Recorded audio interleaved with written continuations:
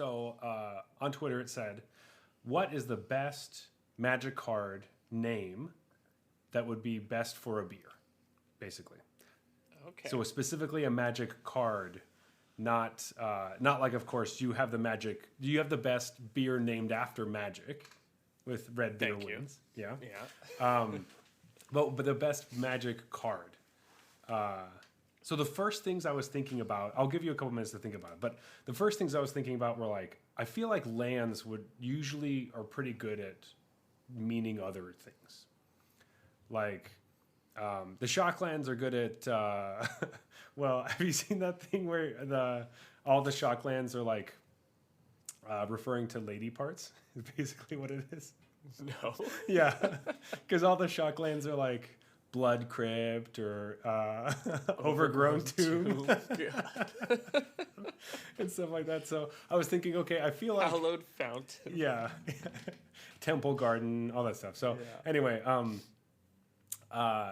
so going kind of with that, but in a beer realm, I do think maybe some of the fetch lands sound pretty cool. But I think like, all right, so would you drink like a polluted Delta milk stout? I mean, I definitely would, but would I drink it if I didn't know Magic at all? Yeah, would it seem weird? I mean, maybe. Misty Rainforest still sounds good. Yeah. I'm thinking just like in general lands. Maybe not like the original duels, like Scrubland. I don't know if I would want to drink that. Taiga? Taiga could be okay. Now, what if we were allowed, like, what if the brewery was named after a Magic card? I mean, I do like that. Like, what if it was the Brainstorm Brewery? That's pretty cool. Brainstorm Brewing. Brainstorm Brewing. Well, that also just sounds like a podcast or like a cool YouTube channel, I guess. But like Brainstorm could be a beer, though, you know. that for sure could be a beer. I was thinking some like black cards, like I would just want like Pestilence or like now Modern Horizons 2 we have Damn, but which is not even a Magic card name. Yeah, that's cheating, it feels like. Yeah. What about Asthma? Chasma dies to Garanda Makar or whatever. Yeah. That'd be good.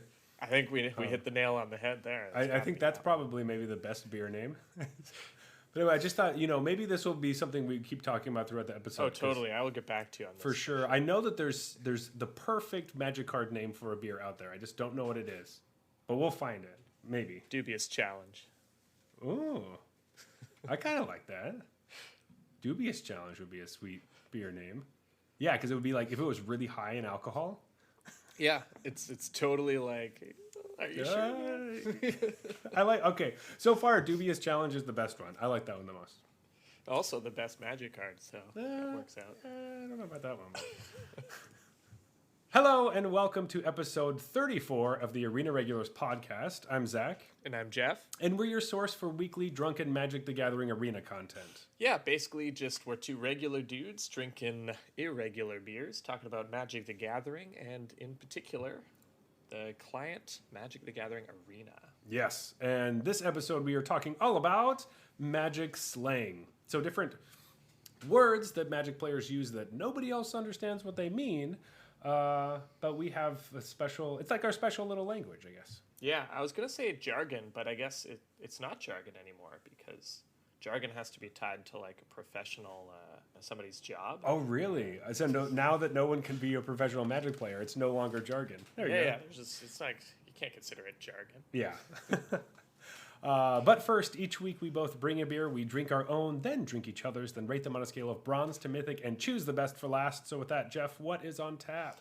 All right, I brought something I'm very excited about today. This is called Valley Flora, and it just caught my eye in the local liquor store. And let me just double check where it's from. I know it's not local. It's from Portland, Oregon. A place called Cascade Brewing. And I've actually heard good things about the beer scene in Portland.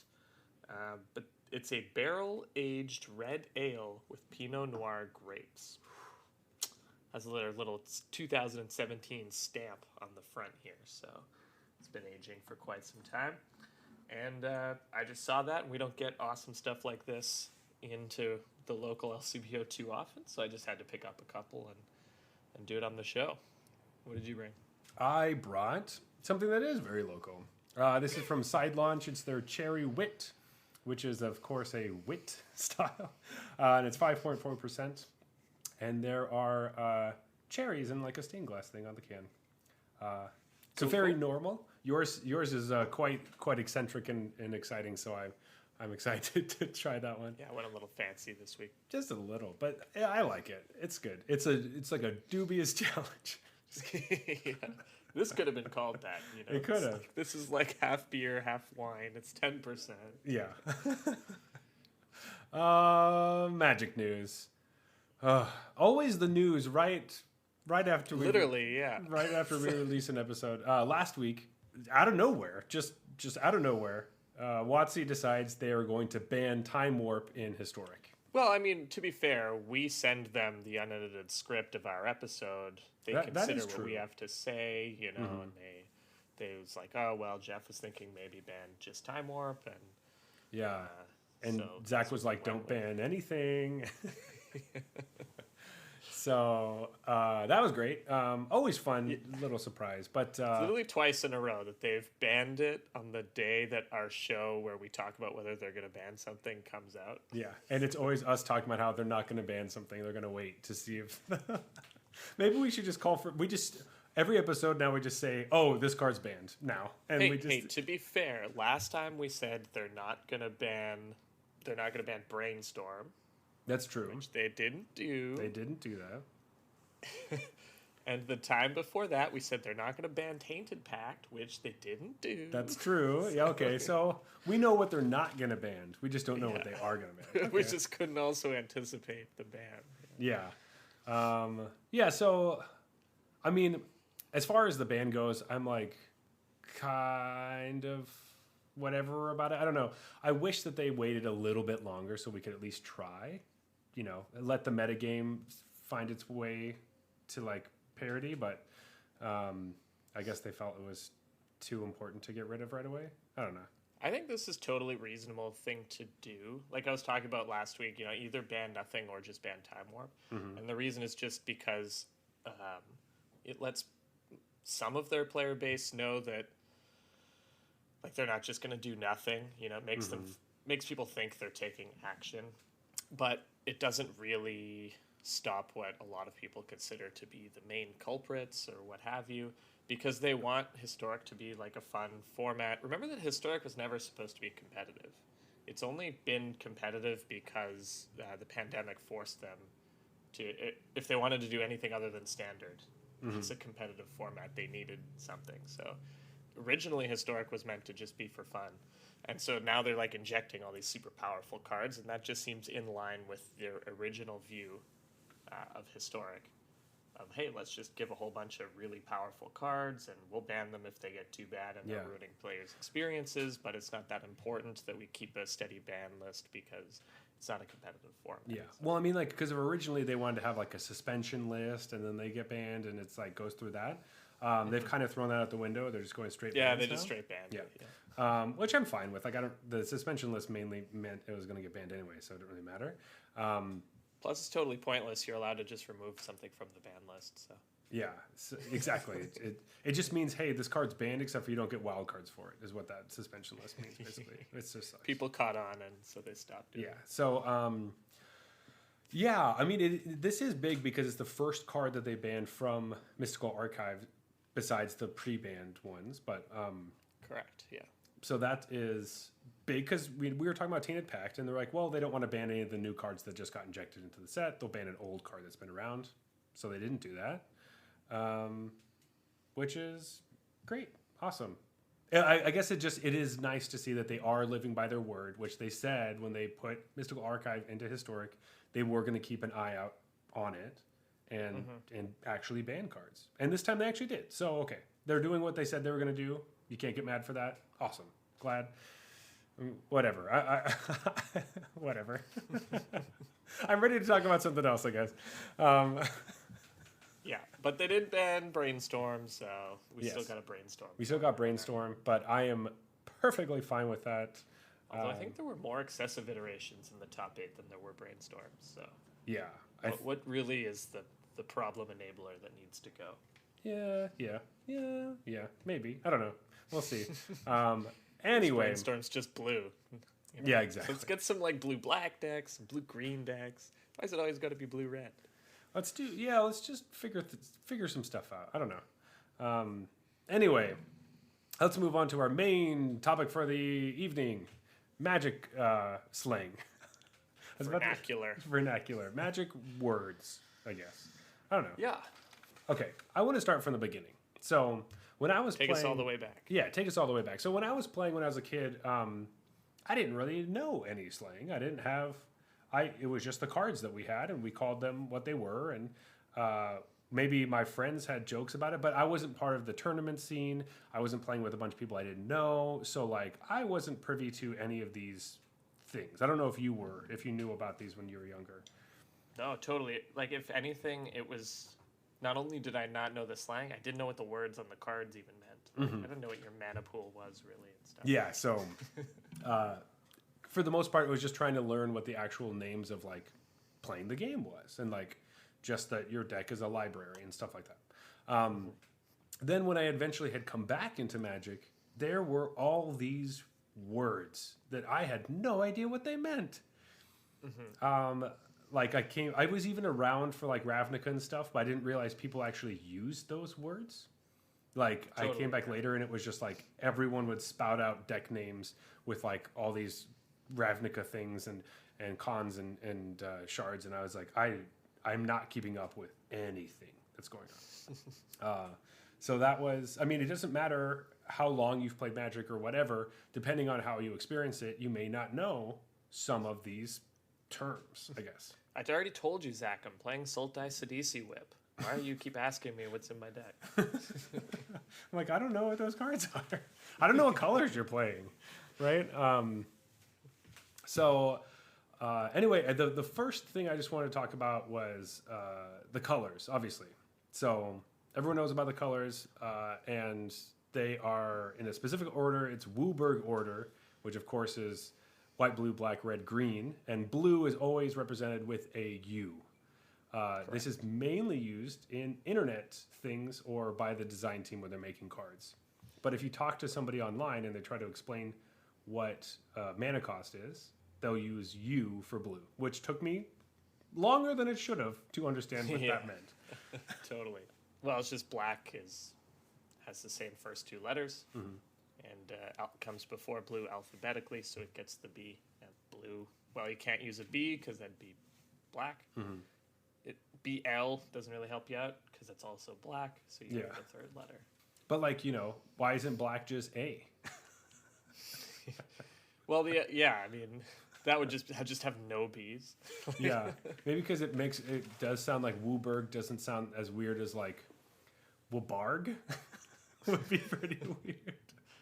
I don't know. I think it's just the alphabetical thing. Yeah, it just comes before blue alphabetically. That's probably true. That's my best guess. I usually don't think alphabetically, so I don't usually think that way. But totally, that's probably almost exactly what it is. So as we were saying, there are a bunch of 2-color combinations. Most of them came from Ravnica, and we got some recent ones as far as like named things from Strixhaven. We're not going to cover this too much because we do have a great episode about it called Ravnica versus Strixhaven, or Strixhaven versus Ravnica. I don't remember what we called it, but you can go back and check that out where we discuss all of those things. But first off, like these didn't have names before this. So some of the things we'll talk about, a lot of the names are kind of, the nicknames are older or things that people used to talk about. But as far as the 2-color pairs, they were just the colors. Yeah, I remember somebody back in the day that I was talking to, you just ask them what deck they're playing, and I remember him saying, like, I'm playing Karplusan Forests, which was the red-green Painland. Painland, yeah. And so that was supposed to let me know that they were playing, like, red-green aggro. That was, like, the most efficient way we had to get that information across, was like, I'm playing Karplusan Forest in my deck. It's like, oh, which is already not an easy name to say. Yeah, it's also like, you could also just say red green aggro. It'd be a lot faster, and I would still understand I do think it's interesting. I wonder how much of the slang. But there was a red-green aggro deck that was built around Curd Ape that didn't play Carpless in Forest because it wasn't a forest for the Curd Ape. Oh. So, anyways, it was a thing, but I don't know if it was like a worldwide thing or probably not. Probably just this local guy in my shop decided to. He had been playing this deck and decided that was the fastest way to tell people he was playing that deck. Yeah. I didn't know what the hell he meant because I was like 12, but it always stuck in my mind that he said that because I remember thinking, what a weird way to describe what deck you're playing. Exactly. Because I was always like, you want to ask me what deck I'm playing? I'm going to give you like 20 minutes of me just telling, and then you could do this, and then you could do this. Yeah. And they're like, cool, I am matched up against you next round, and I know exactly. Yeah, you shouldn't have told me your whole that thing. So that is an interesting thing. So a lot of things people will, I don't know, say about, games or just slang in general happen to be with the people around them. Or like a lot of these are mainstream. They're like broader than that. There's enough people talking about it that's why we actually call it this thing. However, everyone had their own version of whatever. Like, I used to call it this because I thought that whatever. I used to call blue-black bruises because they look like bruises or something, right? Everyone has those kinds of things. So we're trying not to cover everything because, we can make up anything. It'll become our new slang. If me and Jeff talk about it like that all the time, it'll be the new cool thing. The internet was around, but it wasn't as ubiquitous as it was. Like, it wasn't that unusual that somebody wouldn't have a personal computer. Exactly. When Magic was getting started and stuff. So you wouldn't just have forums and like Reddit. You didn't have Reddit to communicate with other people instantaneously. Exactly. Constantly, and all these shorthands then become not only like they become ubiquitous themselves, but they are necessary. Exactly. Right? 'Cause if you're going to communicate with someone via a text message, essentially over the internet, I can't be writing out the same thing too many exactly times. Like I'm going to jump ahead a little bit, but it's talking about the internet, how if they want to talk about 3 fairy, right? So Teferi that costs 3, and they just replace one of the E's with a 3.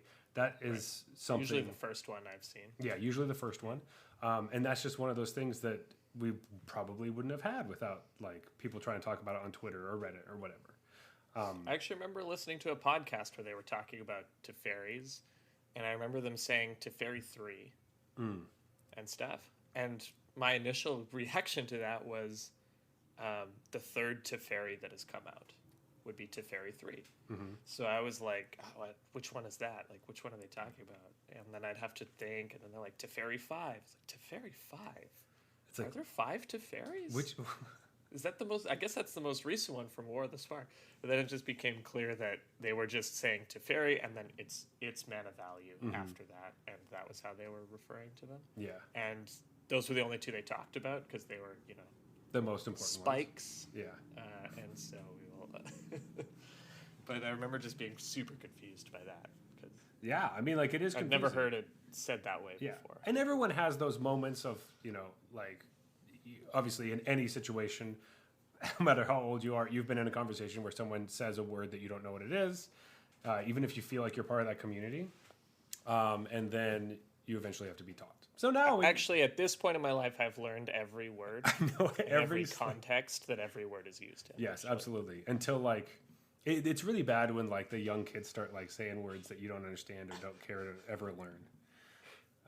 Oh, yeah, we're getting super off base here, but my wife is on TikTok, and she showed me one once about forget the word the guy was describing, but he was explaining what a certain word that I guess like Gen Z uses, what it means, and he was a millennial like us, so he was explaining to us millennials what this word that Gen Z kids use is, but we couldn't tell if he was joking or not. Like, is this really what it is used for, or is this the exact opposite of what it's used for? And this is like a meme that we don't get. So we're sitting there like, I don't know if he's lying to us or not. Like, is this really how I use the word or not? We checked the comments. It turns out it was a joke. That's not what the word means. So that could have been really bad because then you could forever just think it was something else. Totally. So awkward. Oh my gosh. Yeah, I'm getting to that age where Anyway, we're getting way off track. Let's go back to two color pairs. So, What are the two color pairs? Yeah, basically, I just wanted to quickly talk about ally and enemy color pairs. We've talked about this before, but it is important to mention because it's really easy to just slip up on, where people just talk about enemy and allies. So, Sure. basically, what it's talking about is if you look on the back of a magic card, there is the color pie, which is the wheel, which is in Wooburg order, like we talked about. So white, blue, And it black, goes red, green. clockwise, right? And it goes clockwise, correct. And so every color is touching two other colors. And the colors that they touch are considered their allied colors. So white is allies with blue and also allies with green. However, green and blue are not allies because they don't touch each other on the color pie. Yeah, if you want to put Wooburg like twice in a row, then whatever letters, the two adjacent letters are its allies. Exactly. This can get pretty confusing when people are like, oh, sweet, this set's going to be all about enemy colors. And like the first time you hear that, it sounds like enemies like, I don't know, the Phyrexians, right? You're like, oh, sick, this is going to be a Phyrexian set? It's like, no. We're going to Strixhaven. Like, Yeah, it just happens to be enemy colors. Like, yeah, and you're like, oh, it isn't. I remember I heard Morrow talking about it a long time ago about allies and enemy colors, and it was around the period of time where they also had rebels and mercenaries, and I thought it had something to do with that and the story. I was like, wait, so how do I know if this is ally? So the rebels are the allies, or the wait? This is really confusing. Turns out it has nothing to do with that. It's just about the color pie. And then he made a creature type called Ally in Zendikar. And Just then- to confuse people even more than So he then had. maybe next time we go to Zendikar, we're gonna get enemy. Creature enemy. Every time another enemy enters the battlefield, you get an effect. Oh god. Yeah. Do you think we should run through these, or we should just people kind of know? I think people mostly know these at this point. But let's just do it. Okay, blue-white Azorius, blue-black Dimir, black-red Rakdos, red-green is Gruul, and green-white is called Celestia. Those are the ally color pairs. And the enemy color pairs for Ravnica, it's Orzhov, which is white and black, but it's Silverquill in Strixhaven. I'll do the same order going down. So Izzet and Prismari are blue and red. Golgari and Witherbloom are black and green. Boros and Lorehold are red and white. And Simic and Quandrix are green and blue. Nice. So moving into three color pairs. Trios. Yes. So most of the first ones that were named, I guess, that we actually used the names for is from Shards of Alara, which is a set all about three color pairs. Because the idea is that the shards are the color pie broken into pieces. And so each shard is the three colors of that piece. So when I was talking about white, blue, and green earlier, where white is allied to blue and green, that would be considered a shard. And that shard has a name. And it goes all the way around, and then all the shards have names. What I think is interesting about this is that WotC has wanted people to care about color names, or it seems like in the early days they were trying to make some things nicknames and they never really stuck, but they didn't do it right. And then whenever they came out with Ravnica, then they made something that stuck, right? And then they understood, oh, this is how you make a slang term, I guess, or make rhetoric. Which is kind of interesting, and I think WotC saw how well Ravnica came across, and they've been kind of trying to do that over and over and over again for a very long time. Be like, oh, that was a really popular set. Let's make other sets similar to that. Totally. Like I think Ravnica was probably a bit of an experiment, and then when it did as well as it did, they learned a lot of kind of lessons from why it was so. They've been looking back and trying to figure out why is Ravnica so beloved ever since. And I wonder, I've always wondered if a little bit of it was that Magic was going through a shaky period at the time where you're coming off of Mirrodin into Kamigawa, and then you go into Ravnica, and Mirrodin broke a bunch of stuff, and Kamigawa, some of the last set was pretty bad. to say the least. And so we had a lot of players who stopped playing because it was dominated by Mirrodin cards. And then Kamigawa came around, and then like Umezawa's Jitte was everywhere, and Divining Top. I don't know if like the player base was low, and then this other new interesting set came out that named color pairs, and people were like, "Holy shit, this is what I've wanted forever. I didn't know," and then it rebuffed everything, and I think the timing of it worked really well. Totally right, because you need to give people multicolored when artifacts have been dominating stuff for. Like a year, and then it's okay, here's multicolor, like incentive to play lots of colors instead of playing zero colors. Or like your colors don't really matter because I'm sure you had like 4 of each artifact land in your deck, but you didn't actually care that Seed of the Synod produced blue. Yeah, besides your like Thoughtcast or something, but like for sure, like anyway, so I do think that's interesting, and we will see that Ravnica had an effect on some of these other things. And Shards of Alar is a big set that did that. So running through the 3-color shards, so white, blue, green is Bant. Esper is blue, black, white. Grixis is black, red, blue.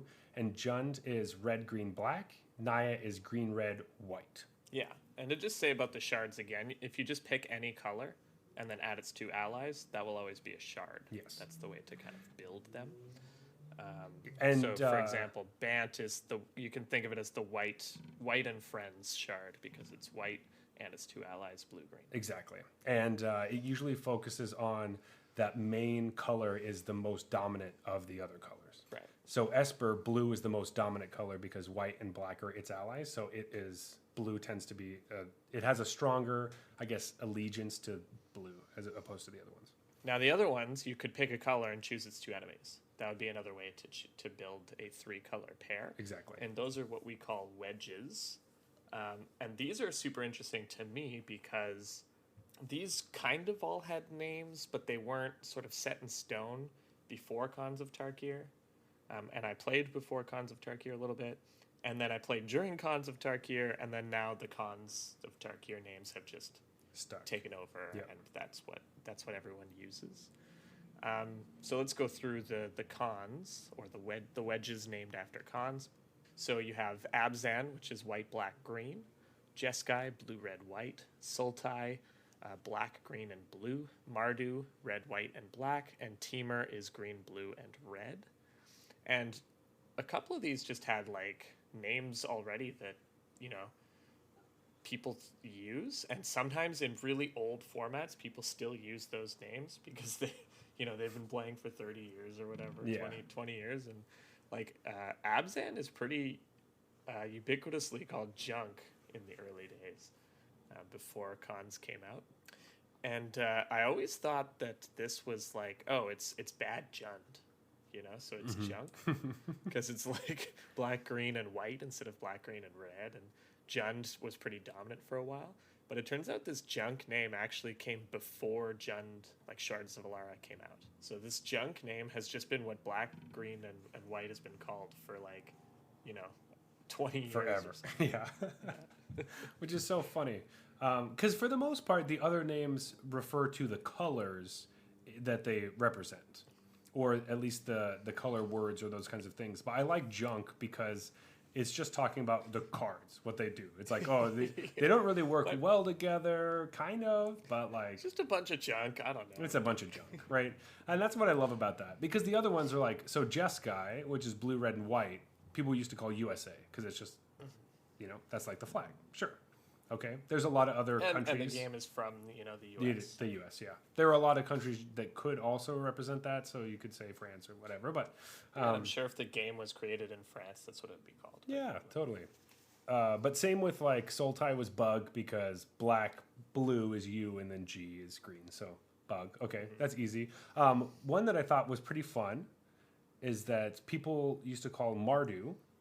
They'd either call it brew, because it's black, red, little e, and then white, or newspaper, which I thought was really fun. I like that. Because it's black, white, and red all over. It sure is. Yeah, I saw you write that. I was like, oh, I like that. Can we go back to that? I know newspaper. What Playing newspaper mid-range. I'm playing newspaper aggro. That sounds so fun. That's exactly what I want to do. Newspaper planeswalker control. Oh man. And then Teamer was just Rug for the same reason that Sultai is Bug.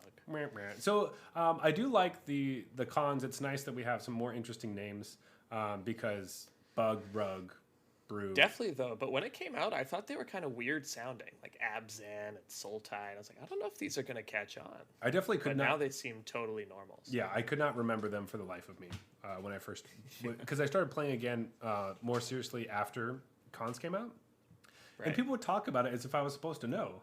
I was like, what the fuck is Abzan? I don't know. And I have to like look it up. Eventually I had a cheat sheet. Maybe I'll put in the show notes, there'll be a cheat sheet for all the different names and stuff. Because I had to Google one and it was really helpful. So if you're new and you need to figure that out, that can be there for you. All right. Keep moving on. I do like these color names. I think it is fun to think about the different ones. And totally. 4 color names don't really have anything set in stone. Yeah, you've written some stuff down here. Never heard of any of this. Perfect. All right, so I'm going to ramble it off real quick. This is mainly a commander thing. Because as far as like 60 card formats, for the most part, people just say 4 color something, and you can kind of figure it out. So you put it in brackets here. Maybe I'll say it after, but like you have something to describe Glintai or whatever. Mm-hmm. That's what I would just call it myself. Got it. Okay. Brackets. Yeah. So what Jeff is referring to is that because obviously the color pie has 5 colors, if you have a 4 color deck, one of them is missing. So it's faster to say no white instead of blue, red, green, black. So there are 2 different ways people talk about this, but for the most part, it really this is a commander thing, and not a lot of people use these, but I just think it's interesting. So there's a cycle. The first 4 color cards came from Guild Pact in the first Ravnica, City of Guilds. They were the Nephilim. They were non-legendary creatures, but they were 4 colors. And they're all different. So laughably bad. And they're so weird and don't really make a lot of sense. And they look strange. And I don't know why they are in the set. It doesn't really make a lot of sense. But their names were Glintai, which is the no white one, Dune Brood, which is no blue, Ink Treader, which is no black, Witchmaw, which is no red, and Yor Teller, which is no green. And there are a lot of, you go to EDH Rec or something like that, that's what they'll call them when you go to the different color commanders. Because these have become staples because they just happen to be legendary creatures of that exact. They are not legendary creatures, actually. They're non-legendary creatures, which people wish that they were legendary, but they're not. Now I don't understand why. They just use them because of the amount of people who wish that they could be commanders but can't. And there aren't... That's a layer further than I was expecting. Exactly. There aren't like, if you want to play 4 color commander decks, you have to use partner commanders essentially. Because there aren't really ways. Or play Omnath. Yeah, you can play Omnath, but there aren't a ton of, you can play 5 color pretty easily, but 4 color, there aren't a lot of options. There were some commander decks that came out, and apparently WotC was trying to make the different pairs sound like this. So no white would be chaos, no blue would be aggression, no black would be attrition, no red would be growth, and no green would be artifice. Those never stuck. I've never heard anyone say that ever, but apparently that was in the works at one point, trying to make this a thing. Doesn't make any sense. They don't sound like names. They just sound like adjectives. So what I just thought of is I was actually playing quite a bit of Standard.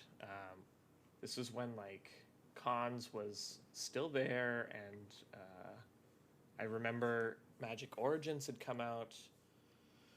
But basically there were the fetchable duels from Battle for Zendikar, and then also the fetch lands from Cons of Tarkir. Mm-hmm. And so it was super easy to play colors, and it was in such a weird spot where the way the dual lands worked together, like which fetches you had access to and which, because you had the you had opposites, right? So you had you had all ally, and so if you wanted to play 3 colors, it was often easier to play 4 colors. Gotcha. Because your fetchable Just duels your- were all allies, so you might as well. And so all these names kind of came out for these 4-color pairs, but basically it was like if you were adding black to a trio, you'd say dark whatever.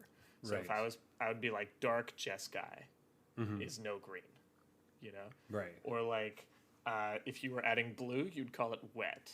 So people would say like wet Jund. Similar to how I wanted to say moist gruel. I like moist. Moist gruel, yeah. It should have said moist Jund, but yeah. Moist. People were literally saying stuff like this. Yeah. It'd be like, yeah, no green would be. I totally remember Dark Jeskai being one of the better decks in the format. That's pretty cool. I mean, that's kind of a fun take. You could have like dark and light, and then what would it be if you're adding red to something like hot? Hot, yeah, Hot Esper. totally. And so there's always multiple ways to describe the same 4-color pair, and you'd pick your favorite. Ooh, I kind of like that. We should bring that back. That's cool.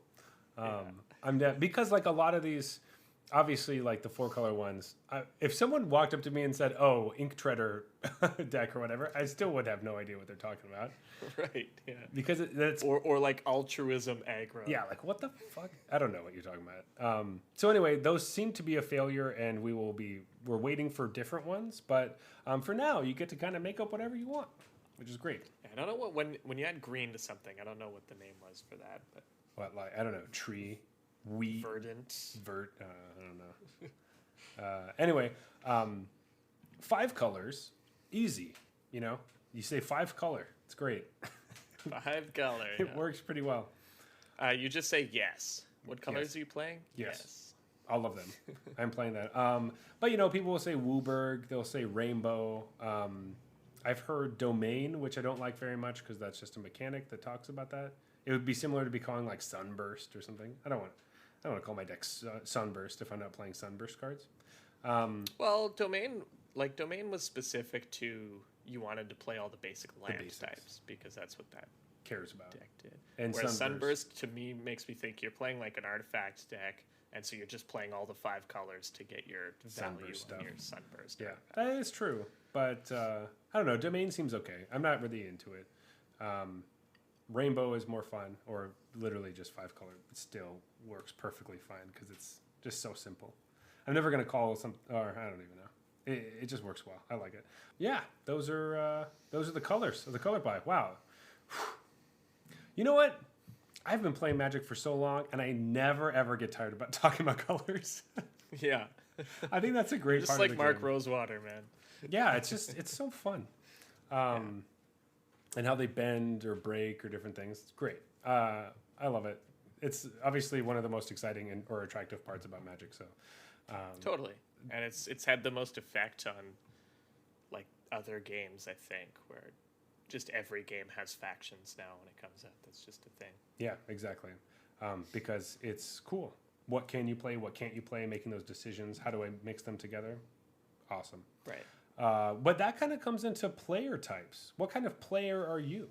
Yeah. So these are things I didn't know what they really meant when I'd hear people say stuff like this, like, "Oh, I'm a Timmy." Like, I don't know what that means. Yeah. And there wasn't a good way to learn that. There. For some reason, I always knew what a spike was, just because the way it was used, it became clear from context. Like, this guy only cares about winning. Yeah. You know, but So basically, originally there were 3 player types, is what they called it. This was an official thing from WotC. It was basically them figuring out that the player base was more than just Magic player. There were different kinds of Magic players, and they had to make cards for different players. it was almost them like giving themselves a way to reference their own like data. You know, they were collecting data about why people played Magic, and then they put it into groups. And when they needed to communicate that with the groups themselves, they used these words. Yes, and they've been using these for a long time, and you can find these player cards, the first 3, in the unsets.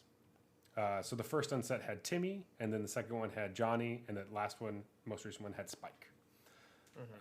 So Timmy, which they have since updated these, so you could be a Timmy or a Tammy, but now it could, whatever.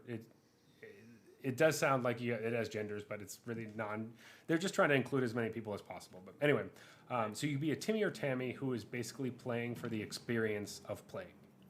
and that's usually like usually kind of comes down to like a newer player, someone who likes big splashy plays, big creatures, loves green, wants the giant dinosaur that tramples, where they can attack and like there's nothing their opponent can do about it, blowing someone Yeah, up for a million damage basically. If one of your favorite cards is like Gigantosaur, you may be a Tammy or a Timmy. Yeah, know, you might be. So then the next one was Johnny or Jenny. And these are the people that are playing the game because they just love the mental challenge, right? Magic's a very complicated game. They tend to play these really complicated decks that require a lot of precision to get right. So like a combo player, looking at this very, convoluted puzzle, and the joy they get out of the game is solving that puzzle. Yeah. So someone that would be a Johnny would be like Matt Nass, right? Huge combo player, loves goldfishing around, basically playing with themselves, and finding all the pieces that work to create the machine that makes them win the game. I always wondered if this was named after like Johnny Magic himself, widely regarded the best Magic player of all time. Maybe, but I don't know if he was really known for playing only like he plays Storm super well and stuff, but I think he just plays everything well. Yeah, so. I don't know. It could have been.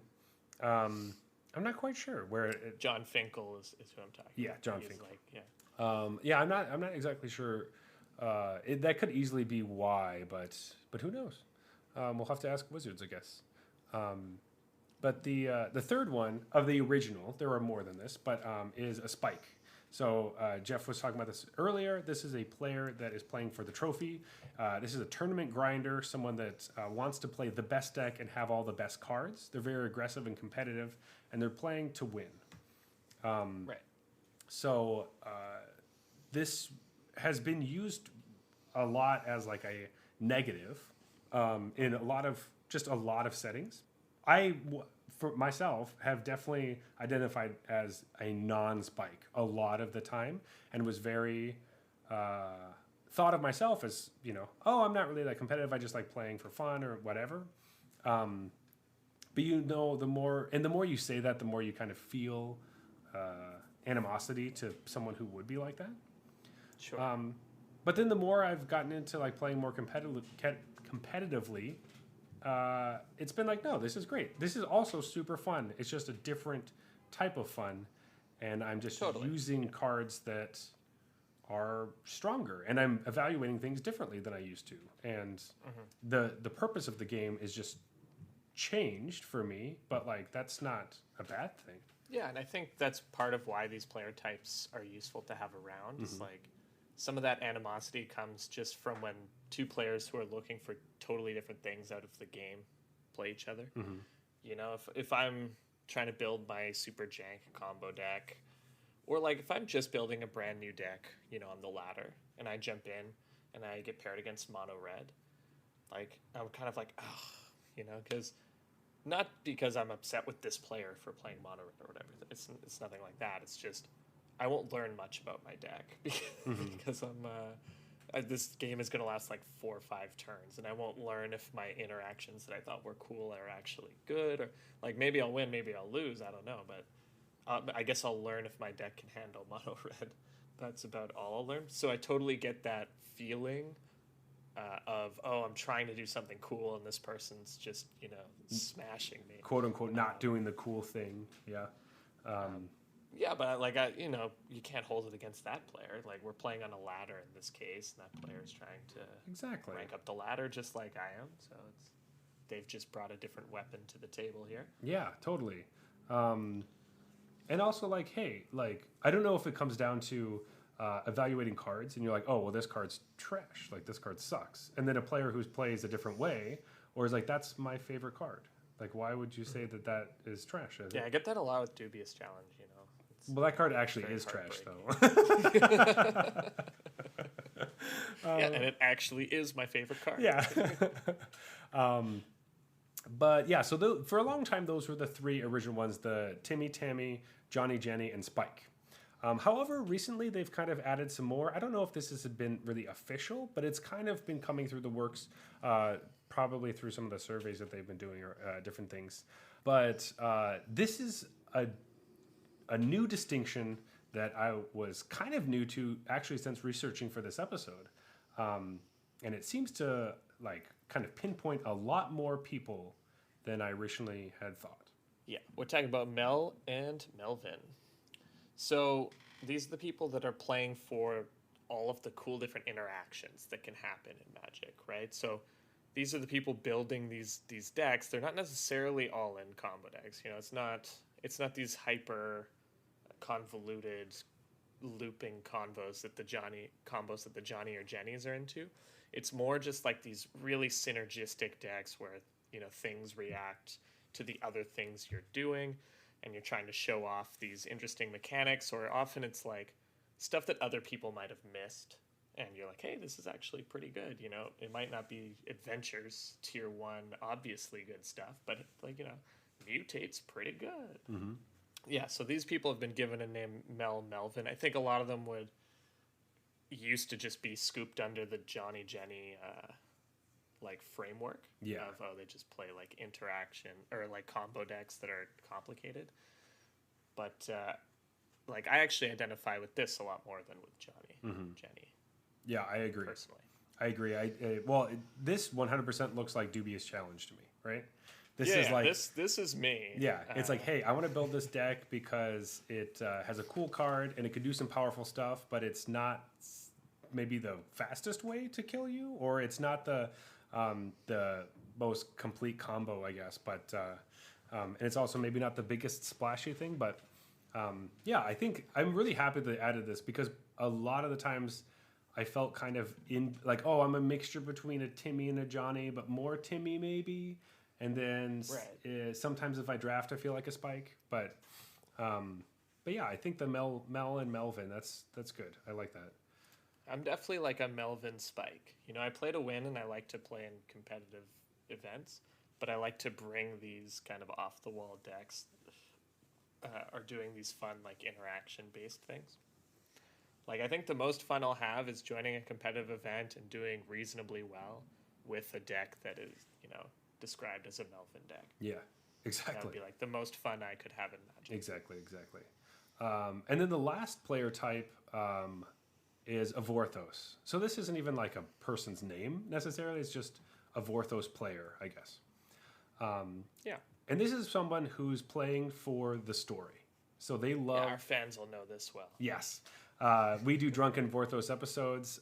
Go check them out. They are lots of fun, and you get to just kind of forget about the cards and the mechanics for a while and just think about the story, which is really great. But this is the player who, you know, likes looking at the art on the cards and reading the story and all the flavor texts. They're the person who figures out that there's a book written in the flavor text of some of the creatures or whatever, right? Which is really cool. Like putting those together and maybe like gluing them up on a board or framing it on your wall of like the words of the story. If you know Ristic Studies on YouTube, Sam, the Magic Man Sam, he is a Vorthos player through and through. His videos are pretty awesome, and they're all about Vorthos things and talking about like why when we had Guilds of Ravnica and Ravnica Allegiances that we were in the fall. Like all the cards depict fall on Ravnica right before the war, which is kind of like has this I don't know. That's pretty cool. Game of Thrones winter is coming kind of thing. I remember when you pointed that out to me. And I was like, yeah. I was looking at it ever since you told me that. I was like, it's true. Yeah. As opposed to like the other parts of the city that we had seen before or kind of like a rainy whatever. But this was like, you know, the leaves are changing. Things are different. We have a night of autumn.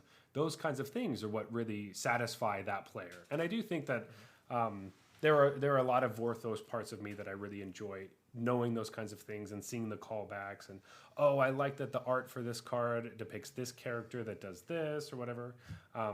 Totally. Like I think most people have some amount of this in them because, you know, there's a reason WotC just doesn't print a little thing that has a little like it's a little code that tells you what the card does kind of thing. Yeah. You know, most people wouldn't enjoy that if it's just and when you break it down, the game is just numbers and things interacting and exactly. You don't need art and flavored text and, you know, like even the mana symbols don't have to have specific things. Like you could name them 1, 2, 3, 4, and 5, you know, and stuff like. but they do it this way because people get a lot more enjoyment out of that. Yeah. You know, like I'm sure there are some people that are like, I wish this was just like a Spreadsheet. I'm only in it for the solution of the puzzle that involves. Yeah. I think the Vorthos is something that I think about every once in a while. Whenever I'm in a rut of like losing a lot, sometimes you go through dry spells where you're just like kind of down on yourself. You've been trying some different things and you're just having a hard time. And you're just like, oh, I'm so frustrated with this game. Why is it like this? I'm really mad. I can't, just nothing's going my way. And those are the times that I always try to step back and be like, look at these cards. Don't you like, I know cat oven's really annoying, but I love that the cat goes in the oven, or all those kinds of things are fun, or, starting to That's just, kind of gross. yeah, it's kind of weird. But even like, it's The hard. cat comes because it's attracted by the scent of a pie made of itself. Yeah. But then What is happening in this combo? Yeah, exactly. But also it is funny because since we play on Arena, we don't get to read flavor text very often, right? It just doesn't come up. You do have to specifically try to be like, oh, I'm going to read the flavor text of this card, because you have to hover over it and go to the flavor text portion or whatever. But I do think, sometimes step back and read the flavor text of your favorite card. Some of the flavor text is great. Sometimes they'll just read it and be like, oh man, I can't believe I never knew this was the flavor text. That's awesome. This is one of these things that if you have a partner or someone in your life that doesn't really play Magic but wants to kind of share in it with you a little bit, sometimes it's fun to have them open a pack of cards and just read the flavor text to you. And you have to kind of guess what the card is. That's always super fun because you're like, I have no idea. That's like a fun thing I used to do in Commander when I'd play. I would just like, you ask, hey, can you guess what this card is in my... I'll tell you what all the cards in my hand. And then you read the flavor text and they have no idea what's in your hand. All right, so it's a new game, all right? You have to get 8 of us together who have partners that don't know Magic very well. Mm-hmm. And the pack gets opened, and they read us the flavor text, and we have to pick the flavor text from the pack and pass. Oh, so we're drafting. I don't open packs without drafting them, so okay. I had to take your idea Gotcha. and expand it to my world. And so this is a flavor text spouse string. Okay, so all the players who so all the Magic players are sitting at the table and their spouses are standing behind We them. have a headphone in. Oh, and We they're can't hear each other's. okay. They're reading the flavor text to us. We have to choose which flavor text we're picking. That would take so long, but it would be pretty funny. I love that. That sounds fun. That sounds really fun. Oh, what a fun new draft type. It's called a Vorthos draft. Vorthos draft. Oh. Yeah. Like none of your cards do anything together. But they would have a cohesive story. Yes, they would. They would. If you're really interested in some of these flavor text things, go check out Theros, because there are passages from books on Theros cards. Pretty cool. If you can figure out how to put them together. It's quite a fun Makes little... sense for that to be a heavy Vorthos set. It's like it's a passage from their Iliad. I can't remember what it's called, but like their version. But yeah, anyway, so those are the 5 player types that we wanted to talk about, or at least those are the ones that we have. But I wanted to make sure, Jeff, do you have any last thoughts before we go to our beer break? I do. I just wanted to say I think I said Melvin Spike. If you had to pick 2, which are your 2? Ooh, that is hard. Because like we were kind of alluding to, nobody falls, or very few people fall exactly into just one of these categories. Yeah, exactly. And you'll even see this in the pros, right? Like you even mentioned Matt Nass as a Johnny, but he's also a Spike because he's one of the best players in the world. Yeah, Competes at the highest level, so he's a Johnny Spike. I'm actually getting closer to wanting to like have Spike as a label. That does seem quite nice. Though it is hard because I love doing that, but for the most part I will end up playing some big splashy decks. So I do think I'm much closer to like a Timmy and a Vorthos player. Okay. Where I've been that's fair. I've been really enjoying, like if I'm gonna do Spike things, I'll go get a list from somebody and go full, like I'm just not even gonna try to build my own thing. I'm not really Mel where I want to sit and tinker with stuff. I've been realizing I really love just taking somebody else's deck, playing it is super fun, and most of the time I hope that I mean, I'm playing auras a lot of the time, so I want a giant creature that you can't do anything. I was gonna say, should we add like a bogle? Yeah, you want to be The unique person that likes both. Yeah, I just love the, the vigilant lifelink giant creature that's like, you can attack me. I can either block or not, and I'm still going to gain life when I come back at you. It doesn't matter. You're dead. Like, I do like that. So that's a big Timmy part of me, I'm sure. But anyway, my beer has been empty for a very long time, and I'm ready to try the one that you brought. Just finishing mine. I timed it perfectly. Oh, that's a good job. Thank you. All right, Jeff, the beer you brought has a cork in it, so it takes some time to get the top off. Are you ready for this? Oh, I'm ready. Oh, I went too early. Oh, okay. Oh, that was the saddest little... Can you just add in, like a really nice cork sound over top of the audio? All right, here we go. Okay, I see what you're talking about with this like color. It's like, yeah, the color is not what I expected. Yeah, it's much more brown. Ooh, it smells good. Oh, shit. But on my webcam, it looks kind of red, so you probably didn't believe me at first. Okay. Oh. Let's not give anything away. Oh, I already did. All right. So, magic slaying. Magic slaying. Whatever. Dude, I'm the one that had the 10% beer. I just took a sip, and I have now felt the 10%. So, I see. All right. Here we go. So, the biggest slang terms, I think, in Magic, or I guess vernacular, whatever we want to call it, are describing cards. So a lot of times there will be like, I don't know, people that do set reviews or different things where they're looking at a new card. They'll be like, oh, it's this card, but this or whatever. Or it's like a blank with a blank or whatever. Oh, it's like this on that or whatever. I don't want to give anything away, so obviously all those examples were horrible because it didn't say anything. But we just kind of want to go through like, hey, this is where this came from. This is why it's called this. This is what it does. This is what it means. Totally. And one of the confusing things is that it's almost always named after the first, or like the most prominent first example of something like this. Yeah. And so it's not always intuitive in the sense that, the word they use just means what it means. It's often like, oh, it's a reference back to this card. So if you never played with that card, if you're a new player, you might say, hey, what does that mean? Yeah. But then once you know a bunch of cards, it gets a lot easier because you can just name cards and people know what you're talking about. So, yeah. But the first thing is something that isn't on a card. I don't think it's on any card, probably. I guess technically it doesn't have anything on its card. So that's the thing about it. Well, it could be in flavor text. Yeah. Flavor text. I see what you did there. Maybe. Okay, so anyway, this is a vanilla card. So it's usually, it's always talking about a creature. A vanilla creature means a creature that has no rule text. It's just plain. Totally. Though I do think it's funny because vanilla isn't it's not plain. Because vanilla is like the fancy version of yogurt, right? Yeah, but maybe we're going ice cream, where I guess vanilla's kind of like the base. And that's kind of the idea, like, oh, vanilla is like the regular flavor of ice cream, so that's why I considered the regular. The more I think about it, the deeper of a hole I go into is like, is vanilla really that regular though?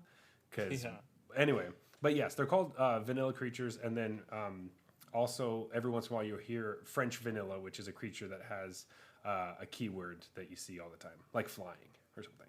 Yeah, so it's like a creature that has no abilities other than a common keyword. Yeah, haste or first strike or something. So there's some good examples here, and this gets us deeper into vernacular. So I think the most popular one, if you hear the term bear, that means a 2/2 for 2, which is an example of a vanilla creature. Mm-hmm. So a bear is like a 2/2 for 2, and it's referring to grizzly bears, which is just a 2-mana 2/2.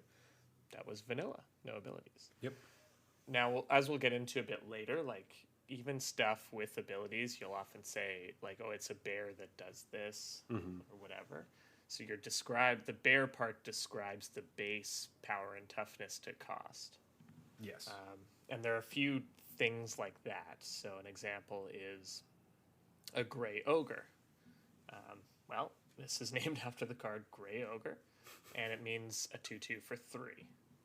So gray ogres are worse than bears because they have the same power toughness, no extra abilities, and cost an extra mana. And then moving up from there, we have a Hill Giant, which is a card I played with all the time. I loved Hill Giant when I was a kid. Yeah. I don't know why, but I just loved Hill Giant. So that's a 3/3 for 4. And then the best example I can think of a French vanilla creature that has kind of entered vernacular is Winddrake. Yes.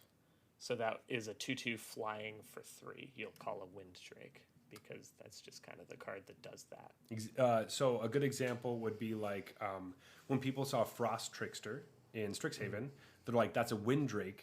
That taps down A creature. or whatever. Yeah. I guess they were kind of saying it's a Winddrake crossed with a Frost Lynx, which so. Right, and I remember when there was one a couple of sets ago, and I remember just people saying, "Oh, so I guess Winddrake is just dead, huh?" Because it was a Winddrake with some other random keyword added to it, and it was a common. So it's like, oh, we're just... yeah. So we don't really see Winddrake that much anymore because there's like better versions that are just like basically. But it was still in some pretty recent core sets. Yeah, and was a totally playable card. I guess Snapping Drake's the other one I can think of that's a 3/2 for 4 with flying. Yeah, if you hear any of those, it's usually a reference, so that's what it means. Yeah. And I guess the other thing I wanted to say about bear is like it can get a bit, sneaky on you because, for example, when Luminarch Aspirant came out, people would be like, "That's a bear with upside." So Luminarch Aspirant is a 1/1 for 2. And at the start of combat, you get to put a +1/+1 counter on a creature you control. So the idea is like it can be a grizzly bear if you want it to be, in the sense that it could be a 2/2 for 2, but you have the option to put it somewhere else. So that's why if you hear, "Oh, Luminarch Aspirant's a bear with upside," what they mean is like it's better than just a 2/2 for 2 because you get the option of what gets buffed. Yeah. Like that's its fail case is a 2/2 for 2. It's its worst case scenario. Yeah, exactly. Another card that gets the bear treatment, I guess, is a hate bear. So hate is any card that basically hates on a specific type of strategy. This is something like Hushbringer or anything that a lot of white cards have hate effects. Strict Proctor is similar to like a hate card. That's more like a taxing thing, but anything that just like turns stuff off. So it's like, hey, I consider taxing cards as hate. Okay, yeah. So like, they tax like specific things. It's like, oh, now enters the battlefield effects don't count or something, or a Drannith Magistrate. Hey, you can't play cards that aren't in your hand. Stuff like that. That's a hate bear, is what they're considered. Or Thalia, Guardian of Thraben. Yes, is kind of a classic example where it's taxing, but it hates on instants and sorceries. Exactly. Or it hates on non-creature spells. The one thing with that is that people will call a hate bear or something. This is something that people just do in general. They'll call something a bear, even though it's technically not a bear.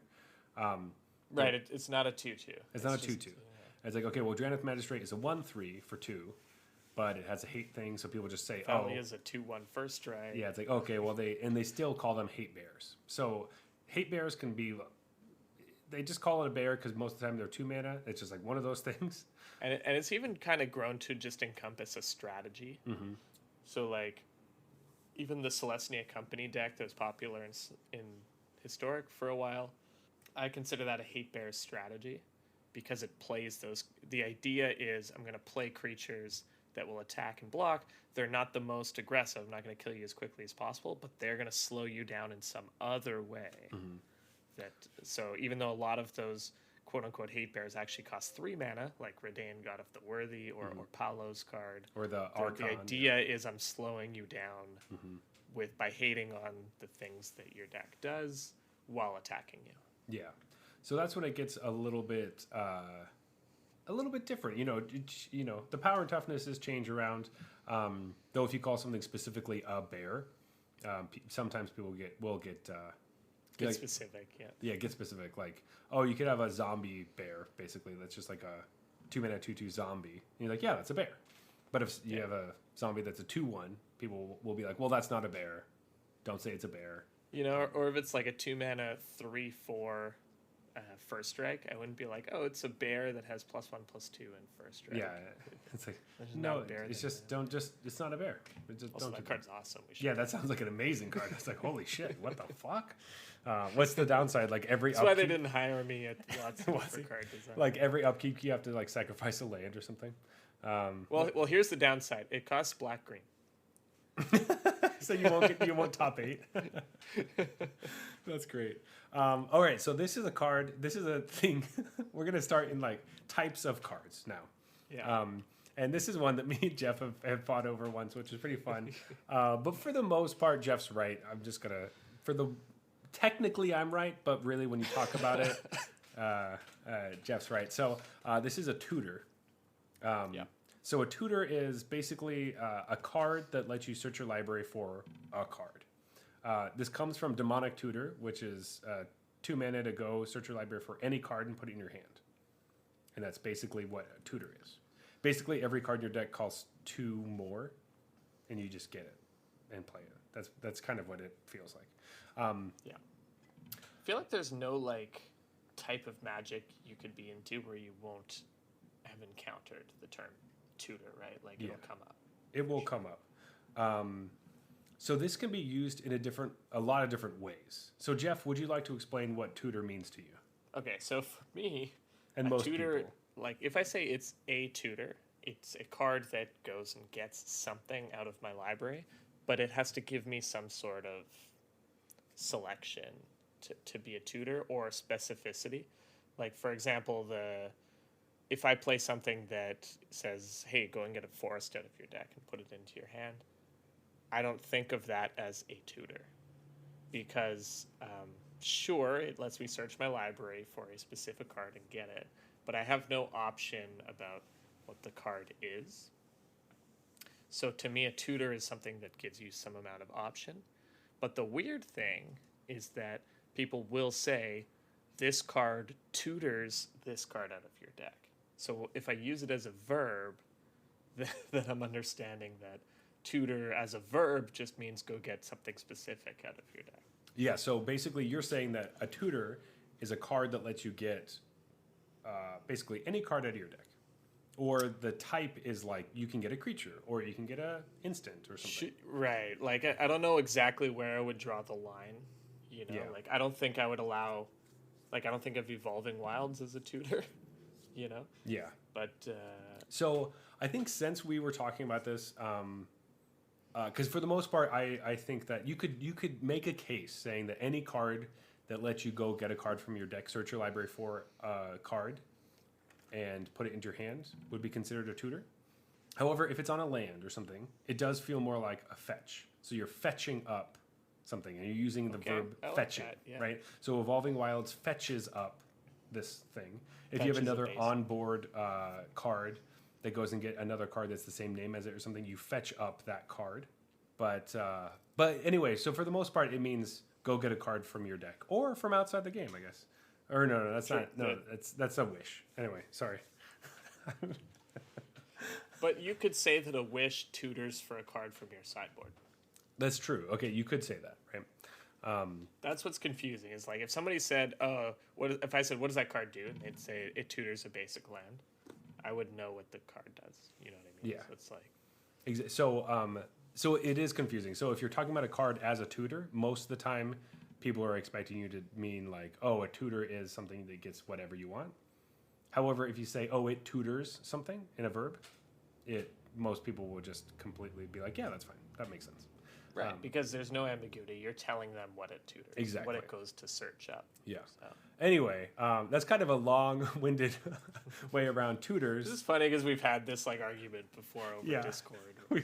No, man, that's not a tutor. It was pretty funny. What are you talking about? Yeah, I was like, yeah, rampant growth is a tutor. It tutors up a land. No way. You have 5 choices of what basic land you want. I'll concede that rampant growth is ramp, but not that it's a 2. Yeah. Anyway, Jeff, do you want to? Let's just keep going, talking about some other types of cards that name things. Cool. So this one is kind of cool because until I thought about it or like looked into it, I guess, I don't know how much I distinguished between flicker and blink, but they are kind of both used. And so I guess both of them exile a creature and return it. But flicker will exile it and return it right away, whereas a blink is exile it and return it at the end of the turn. So an example of a flicker would be like ephemerate, which is in historic, which it goes away, it comes right back. And blink is like Yorion, where it enters, blinks all your stuff. Now, what threw me off about this, and I think is what confused my usage of these terms, is there's a card called Flicker Wisp that I freaking love. And Flicker Wisp blinks stuff when it ETBs. But it was really important to the deck because I would play Flicker Wisp. Their thing would come back on end step. And then I would flash in an angel on my end step or on their end step to blink my Flicker Wisp. Sorry, to flicker my Flicker Wisp so that I could blink something through their turn. So you could use this combo to like blink a land through their turn because it would come back on their end step because I played it on my end step. Yes. Because it's coming back on the next end step, and because you're doing it in the end step, they won't get it until the next Exactly. one. Yeah. It was the only way my random white guy's deck could beat Tron is to flicker away a Tron, or to blink away a Tron land long enough that they couldn't. To blink it with Flicker Wisp, which is not to flicker it. They should make Blink Wisp, which flickers stuff. Would flicker stuff. That'd be pretty funny. But basically, these cards came. There's a card in Urza's Destiny called Flicker, and that's what it did. It just flickered a creature, and that's kind of where that comes from. And then Blink came a bit later with Momentary Blink, which blinks things. So that's kind of where those names came from. The reason I put this on this list, and it might not have come to your attention, is that usually that distinction becomes pretty important in Commander games. Okay. Whether you get to play something right away, or you get it back immediately, or you have to wait, that kind of stuff becomes pretty important, especially when you're doing it on a bunch of other people's end steps and stuff. It can be kind of confusing. Yeah, it totally matters for this dubious challenge green-white deck that I was talking about with Flicker Wisps. I just because Flicker Wisp blinked stuff, it got me confused. Like, I thought they were basically interchangeable, and the timing was just arbitrary, up to the card. Yeah, you're like, I don't know which one. So it's good to have this dedicated terminology. Flicker Wisp blinks. That's all I need to know. Which is hilarious. I love that. I'll remember that forever. Great card, Flicker Wisp, though. So this one is another one that there are two that kind of go together, that are used all the time. And you'll see them often, and they're kind of tied to their own colors. But basically, it's Loot and Rummage. So Loot is an effect that lets you draw a card and discard a card, which comes from Merfolk Looter from Exodus, and is a blue ability. And then Rummage is discard draw, which is from Rummaging Goblin, and it's mainly red. Right. But it makes it really easy to, when you're talking about a bunch of cards, if you say, oh, this card loots, you know what that means. It means draw, discard, as opposed to Rummage, which is worse, because it'd be much better to draw before you discard. Now, this is one where, WotC helped us out, because Faithless Looting double loots. Mm-hmm. Exactly. It doesn't say Faithless Rummaging. Right, which would be, pretty bad. That would probably be Cathartic Reunion. There we go, okay.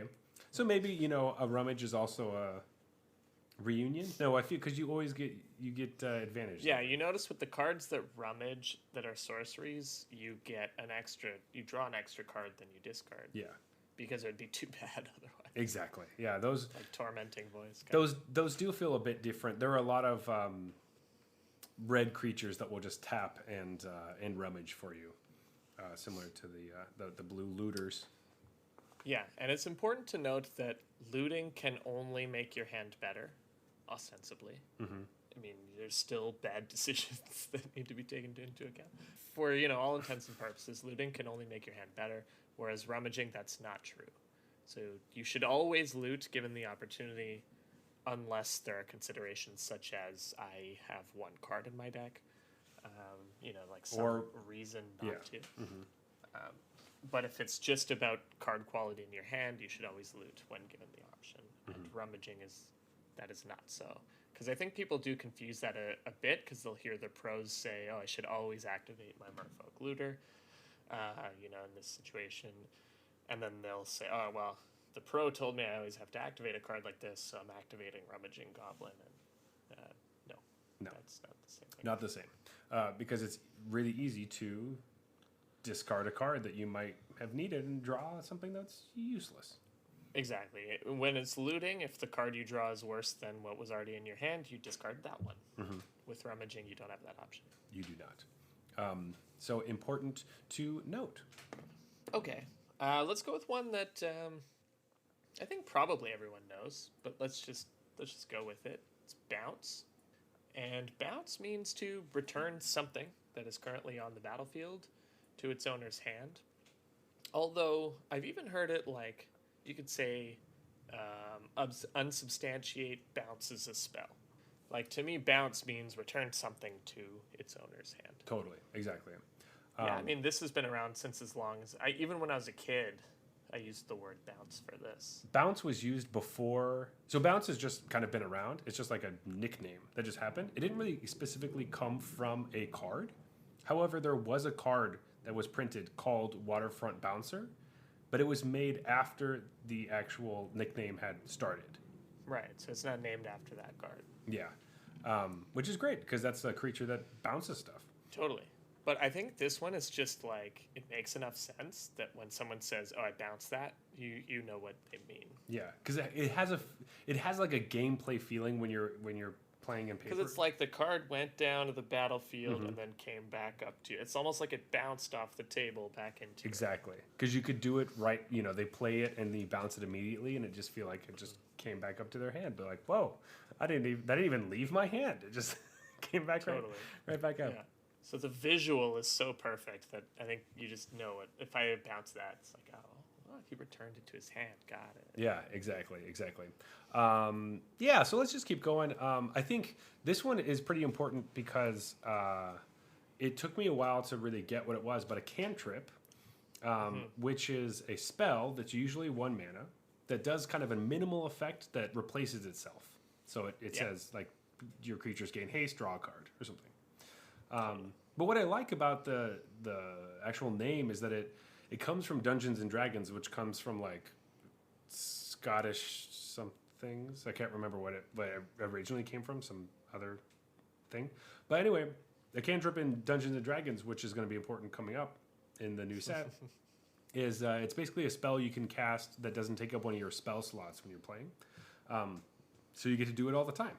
It doesn't do very much, but you get to do it a lot, and that's exactly what it feels like in Magic. Yeah, so this is a word that I just had to learn from playing Magic, and I learned it means, okay, it replaces itself, and exactly what you said, it's, cheap and replace itself. Like, sometimes you'll just say it cantrips, so it can't be that bad, even if the spell was like 5 mana or whatever. If it says draw a card on it, sometimes people will say it cantrips. But usually it means, cheap spell, minimal impact, draws you a card to replace itself. And then when some of my friends got into D&D, which I've never played, they were using the word cantrip. And I was like, oh, that's probably a spell you could just use like over and over and, replace, because I knew what it meant in Magic. So I went backwards on it. Hey. But that means it's just like a perfect description, right? Yeah, exactly. Like, you don't really, it just transcends the games. And Jeff, these next two seem to be kind of together. So how about let's just do those together? Totally. So here we got Anthem and Lord. So an Anthem is some sort of permanent that gives all of your creatures a stat bonus. Let's say +1/+1. Or maybe it gives all of your goblins +1/+1 or something like that. And a Lord is a creature that does that. So lords tend to only pump specific creature types, like, Lord of Atlantis. Yeah. Yeah. Hey. Gives all merfolk +1/+1 and Island Walk, I think. Yes. I haven't played that card in a while. Yeah, Island Walk. But, like, I would still consider the Benalish Marshal a lord. Yep. Even though it just gives all your creatures +1/+1. Although some people would say it's an anthem on a stick or something like that. I guess maybe I would maybe go with that way. Most of the time, I think lords are specific to creature types, Okay. and anthems are just everything on your board. Gotcha. Yeah, so, like, I think of a lord as just a creature that pumps everything. But usually there is a deck building restraint around it, so... Yeah, or maybe it's like all your white creatures or something, or all your whatever. Maybe not specifically a creature type, but yeah, a deck building restriction. What I liked about Lord Anthem is fun. It's from Glorious Anthem, which is you've played with it, pumps your whole team. But Lord I thought was cool because originally I always thought it was Lord of Atlantis, just like that's what is the first Merfolk Lord. It's a Lord. It does that stuff. But the same cards also came out, which is Zombie Master and Goblin King. Now, Goblin King is just like Lord of Atlantis, where it gives +1/+1 to each Goblin Mountain Walk. Zombie Master is a little bit different. They get like Swamp Walk and like Regenerate or something for zombies. Yes, they get Regenerate. Yeah, but all three of those cards are originally Lords, and they themselves, so their creature type is Lord. And they were summon lords. They were summon lords, and they weren't part of their tribe, right? So Lord of Atlantis They were just a lord. was not a merfolk. So on the card it just said merfolk you control get +1/+1 or something. So I just thought that was pretty interesting. They're like, oh, these three cards are lord creature types, and that just became a lord is something that cares about creature types. Right. So this was kind of WotC making this up. Right? Yeah. So they basically made this up in this instance. Or Richard Garfield, probably. Yeah, Richard Garfield. Because this was all alpha. But they've been errated, I believe. Yes. Merfolk, and like Lord of Atlantis is a merfolk, and it gives other merfolk +1/+1.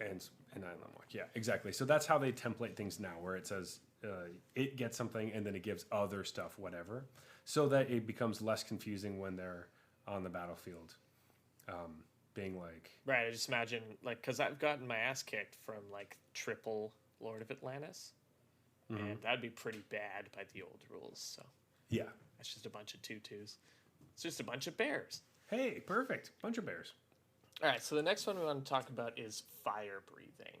So this one's kind of cool because it's not named after a card. A card is named after it. Yeah. Which is a cool thing that has happened a couple of times in Magic's history. Like, I think Vigilance got this treatment as well. So fire breathing is an ability, pay 1 red mana to give +1/+0 until end of turn. And this came on Shivan Dragon, which was, one of the highlights of Alpha, the card everyone wanted to get because they didn't understand the game that well to realize that there were plenty of better cards. Yeah, it's like the Charizard kind of. Yeah, totally. It's exactly like it, right? The big red flying dragon. And obviously the flavor here is that the Shivan Dragon is breathing fire. That's what gives it more power, but not more toughness as it consumes red mana. So, like, that's a total home run. Oh my gosh. That's a slam dunk home run right there. Yeah, exactly. Yeah. In the old... I thought we were doing, like, basketball, football stuff. But... Are we changing it? I just think we need to get shirts that say slam dunk home run. I think that's a... Oh, no, it's a home run slam dunk is what it is. Because you hit the ball out of the park and someone catches it and slam dunks it. That's awesome. So, home run slam dunk. Home run slam dunk. There we go. But yeah, like we kind of alluded to, they then made an aura called Fire Breathing that gives the creature Fire Breathing, or to give it +1/+0. And it's a big dragon, like, breathing fire in the art and stuff. So, but they've since given this ability to plenty of creatures that, by all accounts, don't seem like they breathe fire. So it may not be obvious with this. But there are a lot of, like, lizards or different red creatures that, like, you can pump them. Their pump isn't just 1 red for +1/+0. It's usually like 2 or maybe 2 and a red or something. but usually people consider that to be fire breathing or close to. Yeah, I've actually heard people advocating for that to be called smoke breathing, Smoke breathing. Ooh, okay. which I kind of like, but I like that. I don't know if it's caught on. But yeah, just like the clearly worse fire breathing. It's called smoke breathing. I like smoke breathing. That's good. That's good. This next one, I love. I think is so fun, but I'd never use these cards ever. But I just think they're cool. So these are rituals. So it's basically any spell that generates more mana than it costs to cast. So this is named after Dark Ritual, which costs 1 black mana to give you 3 black mana. A lot of the time, this is kind of just Storm Degenerate Johnny stuff is usually what this is, what you're doing.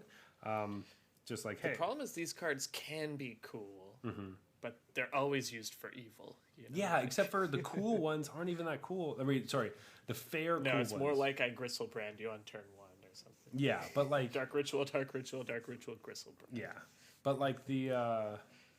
what is it? We have a ritual that came in Eldraine. The one that gives like... It's like 4... to play, and then you get 7 red mana, and you can only play 1 more spell. Oh yeah, Ironcrag Feet. Yeah, that one sucks because like it's kind of cool because maybe you cheat out of something big, but like it's like, oh man, I have to play one big thing. Like I can't do so. Okay, I get how they're trying to fix it, but because they don't want you to chain rituals together, which is the problem. Yeah, exactly. Which is the reason rituals seem cool to me. So I'm like, totally. I don't care. But it's just one of those designs. It's like there is no, it's like it's not hard to find the fine line between only going to be used for dumb stuff and bad. There just isn't that line. No, it's just like it's either bad or it's going to be used for sinister purposes. Exactly. So, and I'm on the side of sinister purposes. So yeah, I don't know if you've played against Storm, you might not agree. Yeah, I haven't played against Modern Storm, so probably not. Yeah. Also, having someone count all their like spells is not really. That's the thing, right? It's like it's fine if you want to just kill me in one turn, do your thing. Like I could have prevented it, but why's it got to take so long and still have a 10% chance to fail? So I got to sit here just in case it does. Yeah. It's so funny. Wake me up before you combo. Jeff, do you want to talk about this next one? Because we've been talking about it quite a bit, I think. Sure. There was a 5 mana version of this that was banned recently. This is a Time Walk. And Time Walk is a card from Alpha that was 1 in a blue. Target player, I think it was target player, takes an extra turn after this one. Target player. You usually target yourself with this. All right, so if you don't attack me this turn, I'll give you another turn. And you also don't attack me on that turn. Yeah, don't attack me on that turn either, though. Oh my gosh. Yeah, so Time Walk has just... the card was so powerful and so ubiquitous that it's just become like shorthand for any card that takes an extra turn. Yeah. So All Run's Epiphany is a Time Walk. Yeah, exactly. Especially because, people just can't really play Time Walk in most formats. It's just like... It was ridiculous. It was ever printed. It's ridiculous. 2 mana? 2 mana. Come on. This card just got banned at 5. Yeah. At 3 blue. So. And it's been banned at 7, given it was an instant and shuffled back into your library. Yes, exactly. So Nexus of Fate is the worst. Anyway, Time Walk. A lot of people refer to it as, of course, any card that gives you an extra turn, but also if you happen to don't do anything on your turn or miss a land drop and can't do anything or something. Sometimes you'd be like, I Time Walked myself. That's a good point. If sometimes Memory Lapse is described as a Time Walk because it's like they tap out to play a card, you put it right on top of their library, so next turn they will be in the exact same position they were just in. Yeah. If they don't get to play... You'll say, I Time Walked my opponent. Yes, exactly. So if they didn't get to play another land or anything, it's like they had the exact same turn, it would be like, I Time Walked them. So it can be used as a verb like that as well. And that's actually more common because the actual card Time Walk or these extra turn taking cards aren't super common these days. It's more common you'll be like, I took an action that made my opponent start from the same position as they are currently in next turn. Exactly. All right, so this is one of my favorite ones. This next one. So this is something on a stick, and I had originally thought this was like older than it was. I don't know if it actually started here, but it felt like it might have been older. But I don't remember hearing about it until later. I don't really know. But so this is basically Isochron Scepter is a card that was in Mirrodin, the original one, and it imprinted an instant onto it when you played it. And so they would say, oh, it's Counterspell on a stick or something. So Isochron Scepter looked like a stick in the picture. It was a scepter. Yeah. It was a scepter, and you imprint something onto it. So you can be like, oh, whatever is on a stick. Boomerang on a stick, all right? It's good. Totally. However, now it is more referenced to as when you're talking about something, new cards. So you're like, oh, sweet, this is just Counterspell on a stick, or this is just any spell that you normally would have played, but now it's a creature, or it's an artifact or something, or I some think sort of it as like generally a creature with an enters the battlefield ability that does a certain spell. Like if it came down and bounced something to its owner's hand, I'd be like, oh, it's Boomerang on a stick. Yeah. Even though it's not something you repeatedly do. It's just Exactly. Yeah.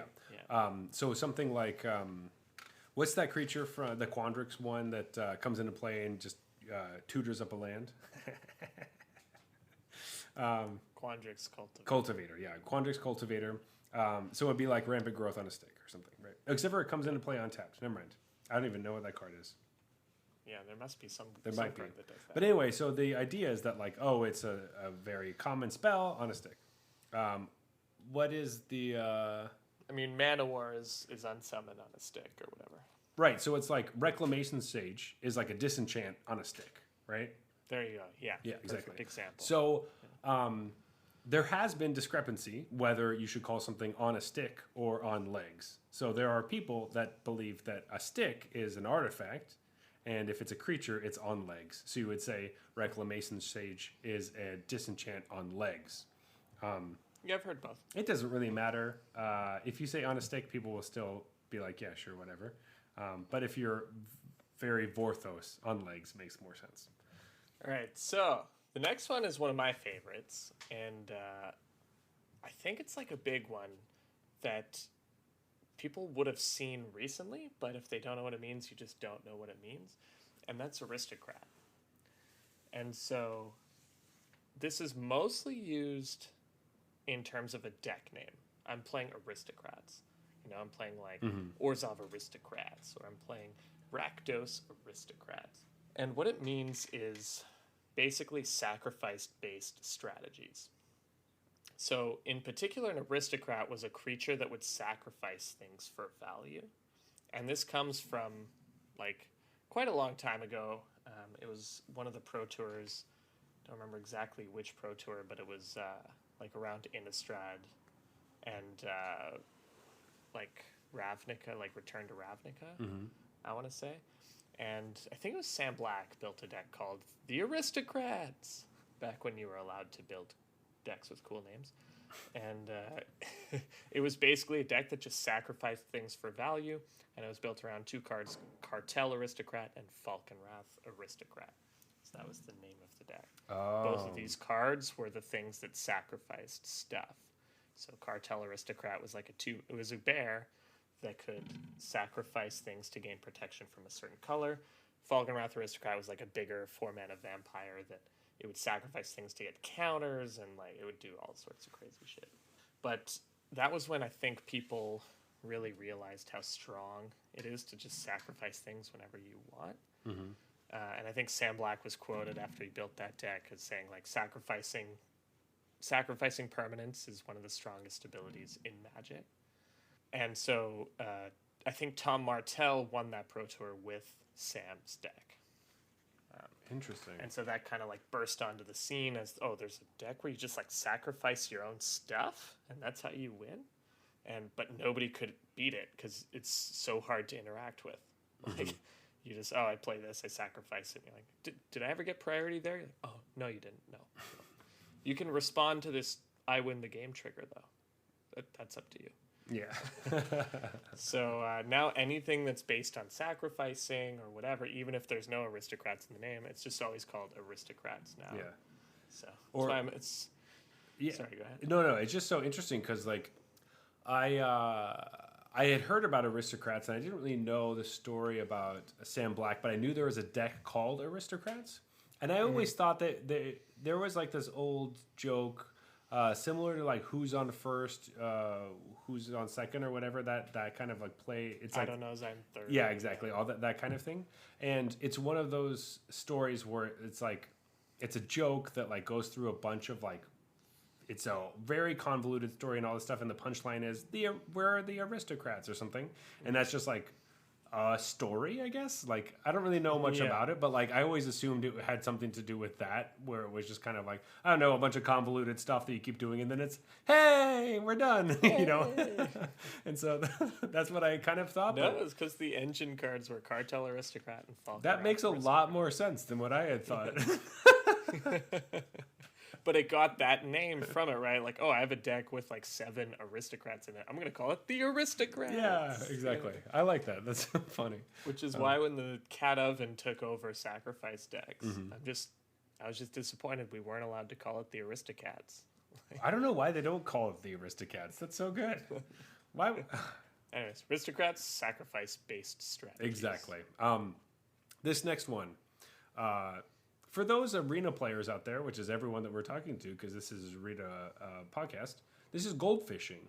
So if you didn't know what gold fishing was, it's basically when you just take a new deck and you play it against Sparky for as long as you want to see how your deck works. That's what gold fishing is. Because you can't do it any other way.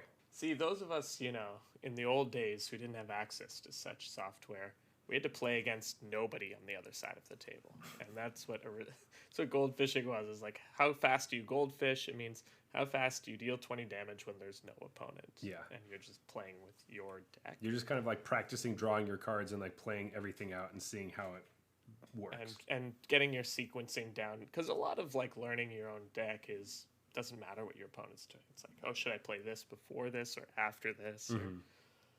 Yeah, so that's gold fishing, and we use Sparky for that. Sorry, Sparky, you get abused a lot.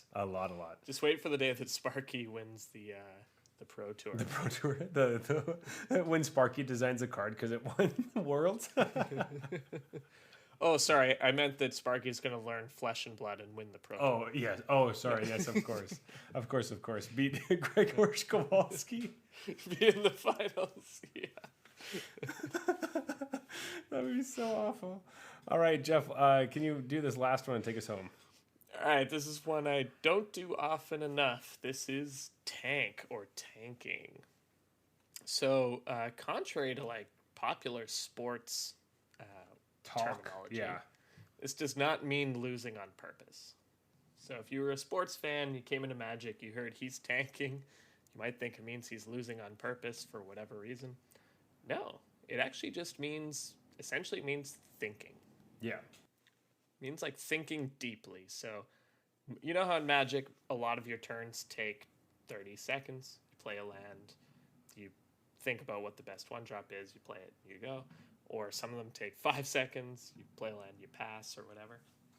And then some of the turns take minutes where you're just like, and then you end up going, I don't know. And you just play something. Yeah. You were tanking, you were in the tank. Yeah. That turn. Basically the think tank. Yeah. You go into it, and that's where you start to think about all the different branches that you could. As soon as you play this one card, you could go in a bunch of different ways. What could happen? Yeah. Which line do you want to take? Is basically what it is. But it is interesting because it's just different than other sports. I guess this isn't a sport. I don't know. It's a different than other things. It might come from something like it might come from chess or something. I was trying to think about Maybe? this, but then it's like The think tank. but aren't chess players always tanking? Like, Every move is like that, kind of. Yeah. Unless you know, I don't know. I don't know enough about chess, but it'd be cool to know more. all I know is that Sparky could probably beat me at chess. Oh, for sure, absolutely. Are you kidding? Well, unless their pieces are worse than mine, which is basically what playing Sparky is right now. Where that's the deck you brought? Okay, we're fine. I'm basically goldfish. Yeah. Okay. So there are some cards that have been nicknamed by people, and these are just 3 of the ones that we thought that were most interesting. Obviously, people bring nickname cards all the time about different things, but these ones either are really famous or come up more often or just are kind of cool. So, Jeff, you've talked about this first one, so do you want to start off with that? Energy Bob reference. Yes, Yeah. the first one is Bob. And this is a reference to a card called Dark Confidant. The reason it's called Bob is that this is one of the... So before, like, currently world champions get cards made that they have some amount of influence on that are in their likeness. It used to be a tournament that was specifically for that called the Magical Invitational, and they didn't have a lot of money to give out, so what they gave out was, hey, we'll help you design a card, or we'll design a card with you, and you get your likeness in the art. And so, I don't know if this was the first one, but it's certainly the most popular one. It's not the first one, but it's the most popular one, yeah. But Bob Maher won in 2004 and helped them create the card Dark Confidant, which was in Ravnica, I think. Mm-hmm. Yep. And so it looks like Bob, and it's just called Bob. And there are a few around this era. So Chris Bakula was Meddling Mage, although I've never heard that card called Chris. But I have heard Snapcaster Mage called Tiago. Yeah. After Tiago, who won that and created that card. I mean, we still kind of do this with PV, with Elite Spellbinder. We kind of just, you're going to say PV. Or Javier is Fervent Champion. Fervent Champion. Yeah. So, yeah, but Bob is a very... Bob is also funny just because it just sounds like you just made up the name of the character, and if you don't know who Bob is, it's very easy to remember Bob because it's just like it's part of it, right? Exactly. Yeah. Which is the next one I think is kind of funny because the name, I just love it because it's so stupid and just obvious. Just an anagram. Yeah. So Grey Merchant of Asphodel, which is on Arena right now, you can play it, but it's the nickname for it is Gary. Just Gary, because Gray instead of Gray, it's Gary, Merchant of Asphodel, which is just so fucking stupid. What the fuck? It's so dumb. That's why I love it so much, because it's like, oh, did you just it's literally somebody just played the card and said, oh, it's Gary oh shit, no, and then like, oh, sorry, I meant Gray. It's Gray, Merchant of Asphodel. My bad. And then people were just like stuck with it. I don't know. Anyway. That's great. I've always been confused about, like, for me, I think I would spell Grey Grey. Yeah. So should I be calling this Jerry? Is that like Jerry? I guess maybe Jerry. I don't know. Throw an extra R in there. I love that all the ones that we were talking about have just generic dude names, I guess. Yeah. This next one is awesome though. I really like it. Then it took me. Not a lot of people talk about it, and I think the reason I only learned about it was when I was playing Commander a lot. On the Command Zone, they talk about it quite often. But this is a Tim. So I've never encountered this card. Okay. So IRL. This is a Tim. I actually had this card. So it's Prodigal Sorcerer, which is a blue card. That basically, I think it's like a 3-mana 1/1 that you can tap it, and it deals 1 damage to any target. All right? Mm-hmm. However, it's blue. So that's not a blue effect that you're usually used to. Most of these are in red nowadays. But this is an old enough card where it originally started in blue. Anyway, so this is called a Tim. And the reason it's called Tim is because the Prodigal Sorcerer in Monty Python and the Holy Grail, his name is Tim. But I love that it's just like some people were like, that's it. That's the joke. That's awesome. People are like, it's literally like if we looked at a card, I don't even know what it would be like. It could literally be just like any Magic card right now. I don't know, like Rankle or something, and you're like, oh, this is John Wick because it makes you sacrifice shit or like steal your stuff or whatever. Like, like he's just naming it after a movie. Like it's just okay. Oh, cool. But anyway, so you could refer to any card that taps to deal 1 damage as a Tim, and there are people who will understand what that is. I've heard that when it got like color shifted back to red, or back to red into red, which is the correct color for it in the first place, they switched it to, like, people just call it Tom, just because it's like Tim but it's Tom. Not Tim. Yeah, I think that was in Planar Chaos. Planar Chaos, where they took old cards and made them into new colors. Yeah, that's where we got harmonized. What about Is It Staticaster? Is that a Tim? Is it Staticaster? It's like the 1 blue-red flash 03 that taps to deal 1 damage to target creature and all creatures that share a name with that creature. Maybe you could probably make It's a like case. A super Tim. You could make a case for that being a Tim. I don't know what if you would call a Tim are the ones where you just tap it and it deals 1 damage to your opponent. If that counts as a Tim, you could kind of think because it has that sound like where you're like, oh, I just Tim, I just Tim you, I just Tim. Ping. Yeah, it's kind of it has that. I don't know, like a pinger. You ping people. Anyway. That's actually terms, right? Yeah, pingers for sure. Anyway. Those are most of the things we wanted to talk about. I know this episode's running a little long, but we have 10% beers. Fun, though. I'm having a good time. These last two, okay, so we have 2 more that are really important. And basically, Jeff, I'll do the first one. You can have the second one, okay? Okay. Because, it just, I don't know, it makes sense. I don't know why. Sure. It just does. All right, so I like this one because... Is it because you do the first one and I do the second? Sure. Yeah. There you go. Okay. Fine. I do the. Oh, that kind of sucks. Anyway, it doesn't matter. So this first one is something that I don't. In this last year, I haven't said very often at all. I used to say it, often enough, not like a lot, but like. Anyway, this is scoop.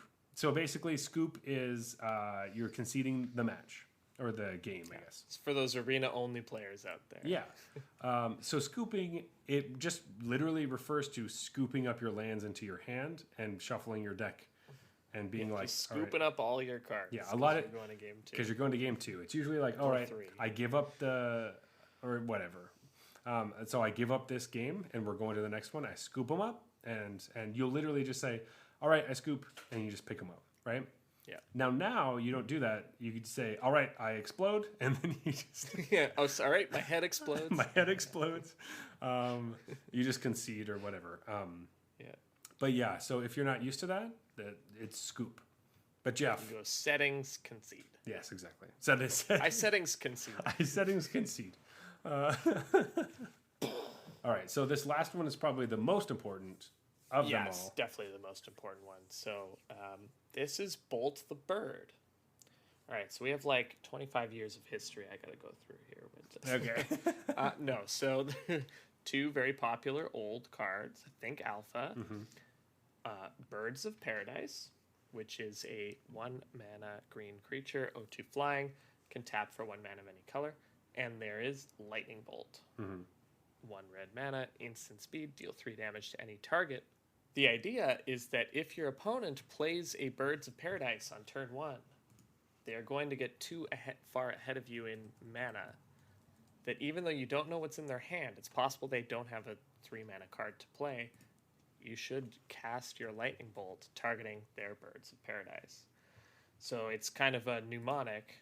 To help you remember what the correct play is, it's almost always to destroy their Birds of Paradise with your Lightning Bolt. So people always say, always bolt the bird. Yeah, bolt the bird. And this refers to almost any, like people will say this about any mana-producing creature. So if you have an elf, or a Lana War elf, or anything that like their turn 1 play is a creature that taps for mana, you bolt the bird. You kill it. If you can, kill it. Exactly. Like, I think that to myself when I cast Stomp targeting my opponent's Lana War elf on turn 2, you know? Yeah. Always bolt the bird. Bolt the bird. Kill it. Kill it good. And it's not obviously 100% correct all the time, but it's good enough that, you know, people just thought... People lost enough to letting the bird live that they decided, let's come up with Bolt the Bird, so I'll never forget it. Exactly. So now you'll be used to it. It's called counter the expressive iteration. Yeah. It's very similar to that. That's what you're brainstorm trying to do. The Thoughtseize. Brainstorm the Thoughtseize. But anyway, we've been going for a while. But this is this is Magic Slang. There's even a lot more. And there are so many. There's so many. Talk about. That's the crazy thing. There are so many that we didn't talk about. But over through this whole thing, I do think it's just really interesting which ones players made up that were ridiculous and just like Gary. Okay, easy, done. Player made that up. As opposed to things that wizards made up, which are closer to all the different color things, or like which players or represent what type of player, all that kind of stuff. And then the stuff that's kind of in between of like wizards made a card that does this, and players decided to make that into a term for any card that does this. Exactly. Like we didn't even talk about how a wrath is something that destroys all creatures. Yeah. Like a wrath of God. Hey, look at that. Boom. Now we covered it. Yeah. But yeah, there's a ton of those kinds of things, and it's just really fun to look at. So if you'd love to send us some more ideas, find us on Twitter and Instagram, and Arena Regulars. Yeah. We're not ready to do the end of the show, but we are ready to do the last call, I think. Jeff, do you have any last thoughts before we go to the last call? I do. I would just like to add that I'm really looking forward to what kind of vernacular the community comes up with in the future. Ooh, oh wow, you're so uplifting and hopeful for the future. That's beautiful, Jeff. I really like that. Thank you. Well, what a nice way to go into a break. Yeah. So, Jeff, I don't think we need to do a reveal. Are we ready for the big reveal? It's not a big reveal, Jeff. It's a big reveal. Okay, it's very obvious. 3, all right, 2, 1. Oh my goodness! Oh my gosh! We both picked my beer. We both picked your beer. How did that happen? Oh, is it because it's 10% and also in a cool bottle and also tastes great? I think it's because it's amazing. Yeah. So the guy at the liquor store when I got this was actually looked at it when I bought it and was like, "Oh my God, we have this in stock. This is what I'm buying after work right now." Oh, I still have the saddest little. Hold on. Sound. Oh, look at you just muscle it out. Did I get one? Yeah. See, I pull it out. I do it like I do whatever. See, like, you do it like you're serving it to someone else. Yeah. Well, I'm serving it to the most important person, which is myself. So, anyway, so I did have high hopes going into this, thinking, "Oh, this is gonna be really great," because this guy at the liquor store said that it's his like favorite beer ever, basically. And I don't think it's definitely not my favorite beer ever, but I think it's really good. Yeah, he might have oversold you, but it's still great. It's still great. It's great. So, as always, we rate beer on a scale of bronze to mythic. So basically, these are the tiers in Arena, obviously. These have no... They mean nothing to the tiers in Arena and what tier you are. It doesn't... We don't care. True. We don't care what tier you are in Arena. If you're a bronze player in Arena, we don't think that you're a bad beer that we don't want to drink anymore of. Yeah, exactly. So that's a bronze beer is trash. Trash is doesn't belong in my mouth, and I throw it into the garbage can. Is what a trash. It was a bronze beer is. Yeah, it's very rare. Silver is like a macro brew, or basically has nothing going on, nothing super interesting. But hey, at least it's not a bronze beer. Exactly. Gold is, well, this is fine. I don't really want to drink this often, but I'll have it when I see it. Platinum is pretty good. I would drink this again. Diamond is, wow, this is exceptional. I would definitely recommend this, and I'm going to drink this again. And Mythic is the absolute best. This is what you can't stop telling everyone else about. And they're like, oh, man, this stupid beer guy and his Mythic beers over here. You would recommend this beer to absolutely anyone and everyone. 100%. Let's probably start out with the one that we picked. So this is. Or did we want to very quickly go through the other one? I guess both are options. Jeff, you're making this hard. Before I forget what the other one tastes like. Okay, let's talk about the other one because I already forgot what it tastes like because it was the first beer I drank. Okay. So my thoughts on it, just to get them down on paper. It's a cherry wit. It delivers on that, but it didn't blow my mind. It's fine. Yeah, it's fine. I don't care that much about it. Yeah, I think they did a good job, I suppose, delivering on that style.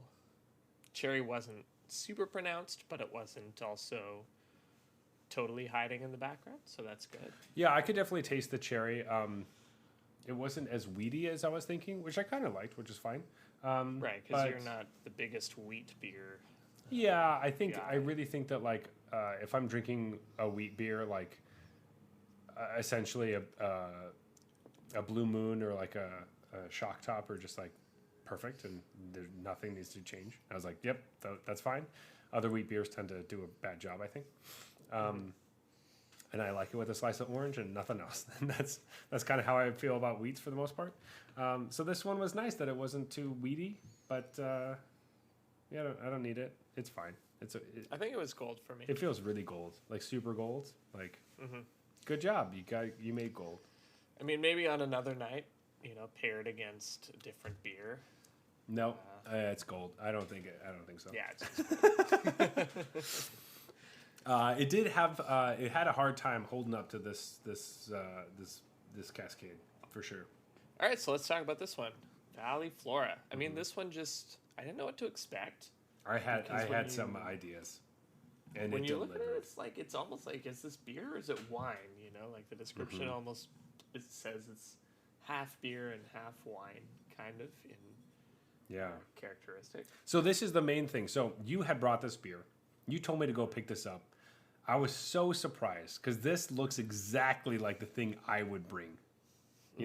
Half beer, half wine, sour, something weird, high alcohol. I was like, did Jeff just read my mind and exactly what I wish I had seen first? Yeah.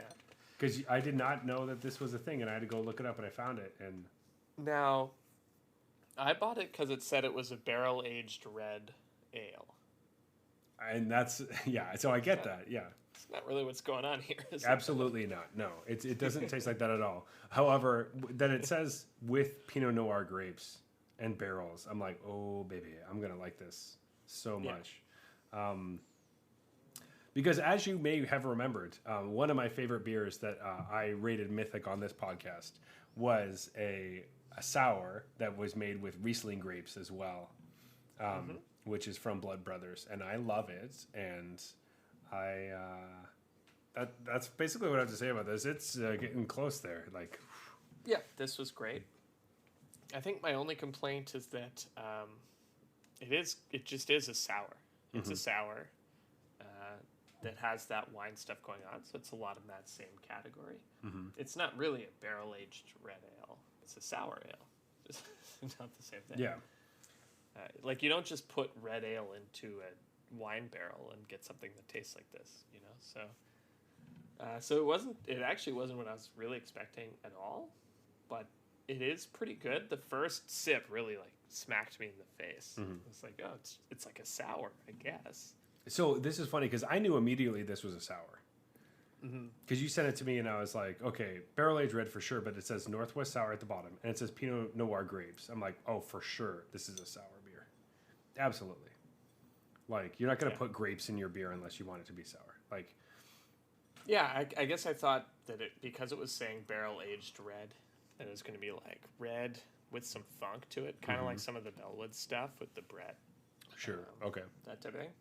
And it turned out to be heavy on the sour, and I don't know if a red ale was ever involved in this process, but if it was, it was. It looks like it was at one point.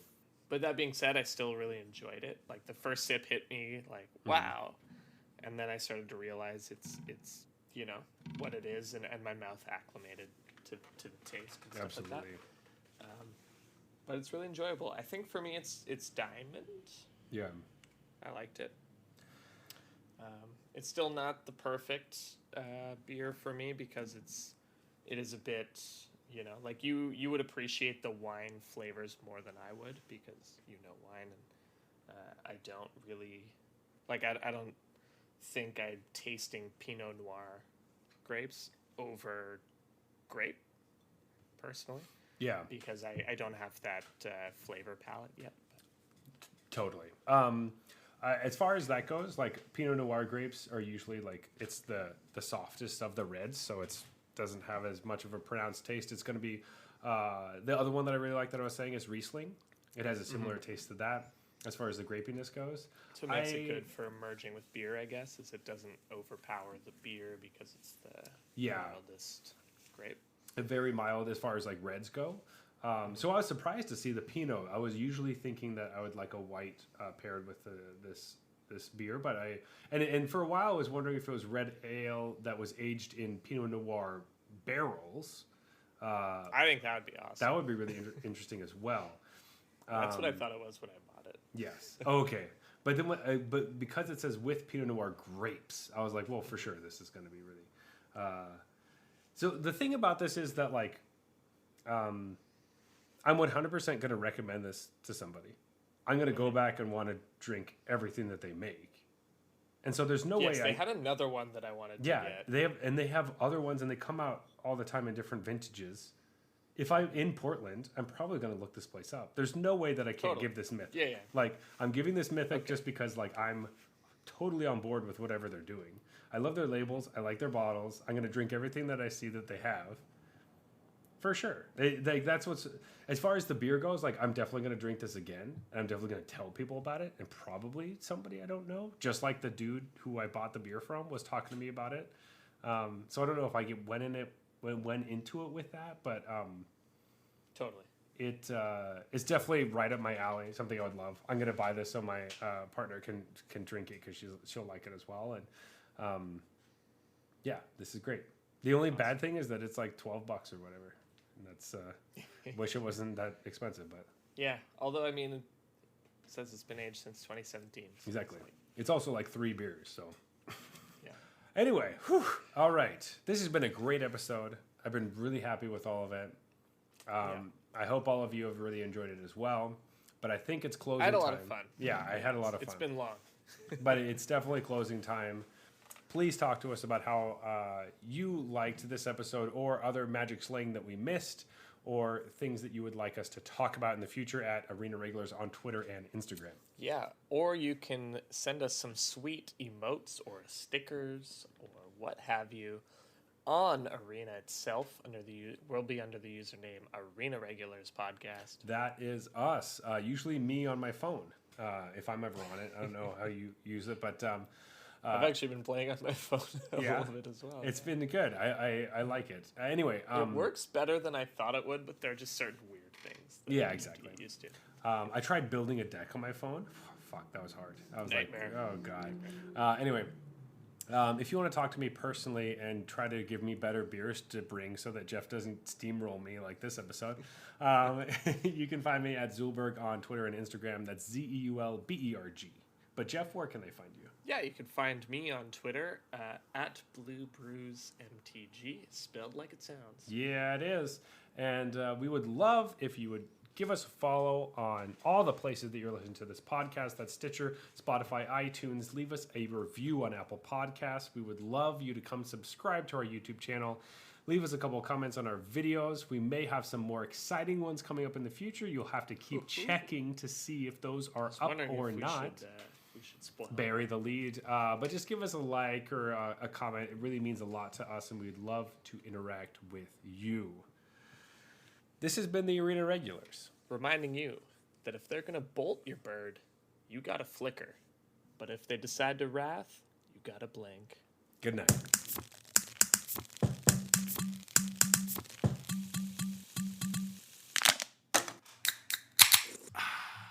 All right, that's fine.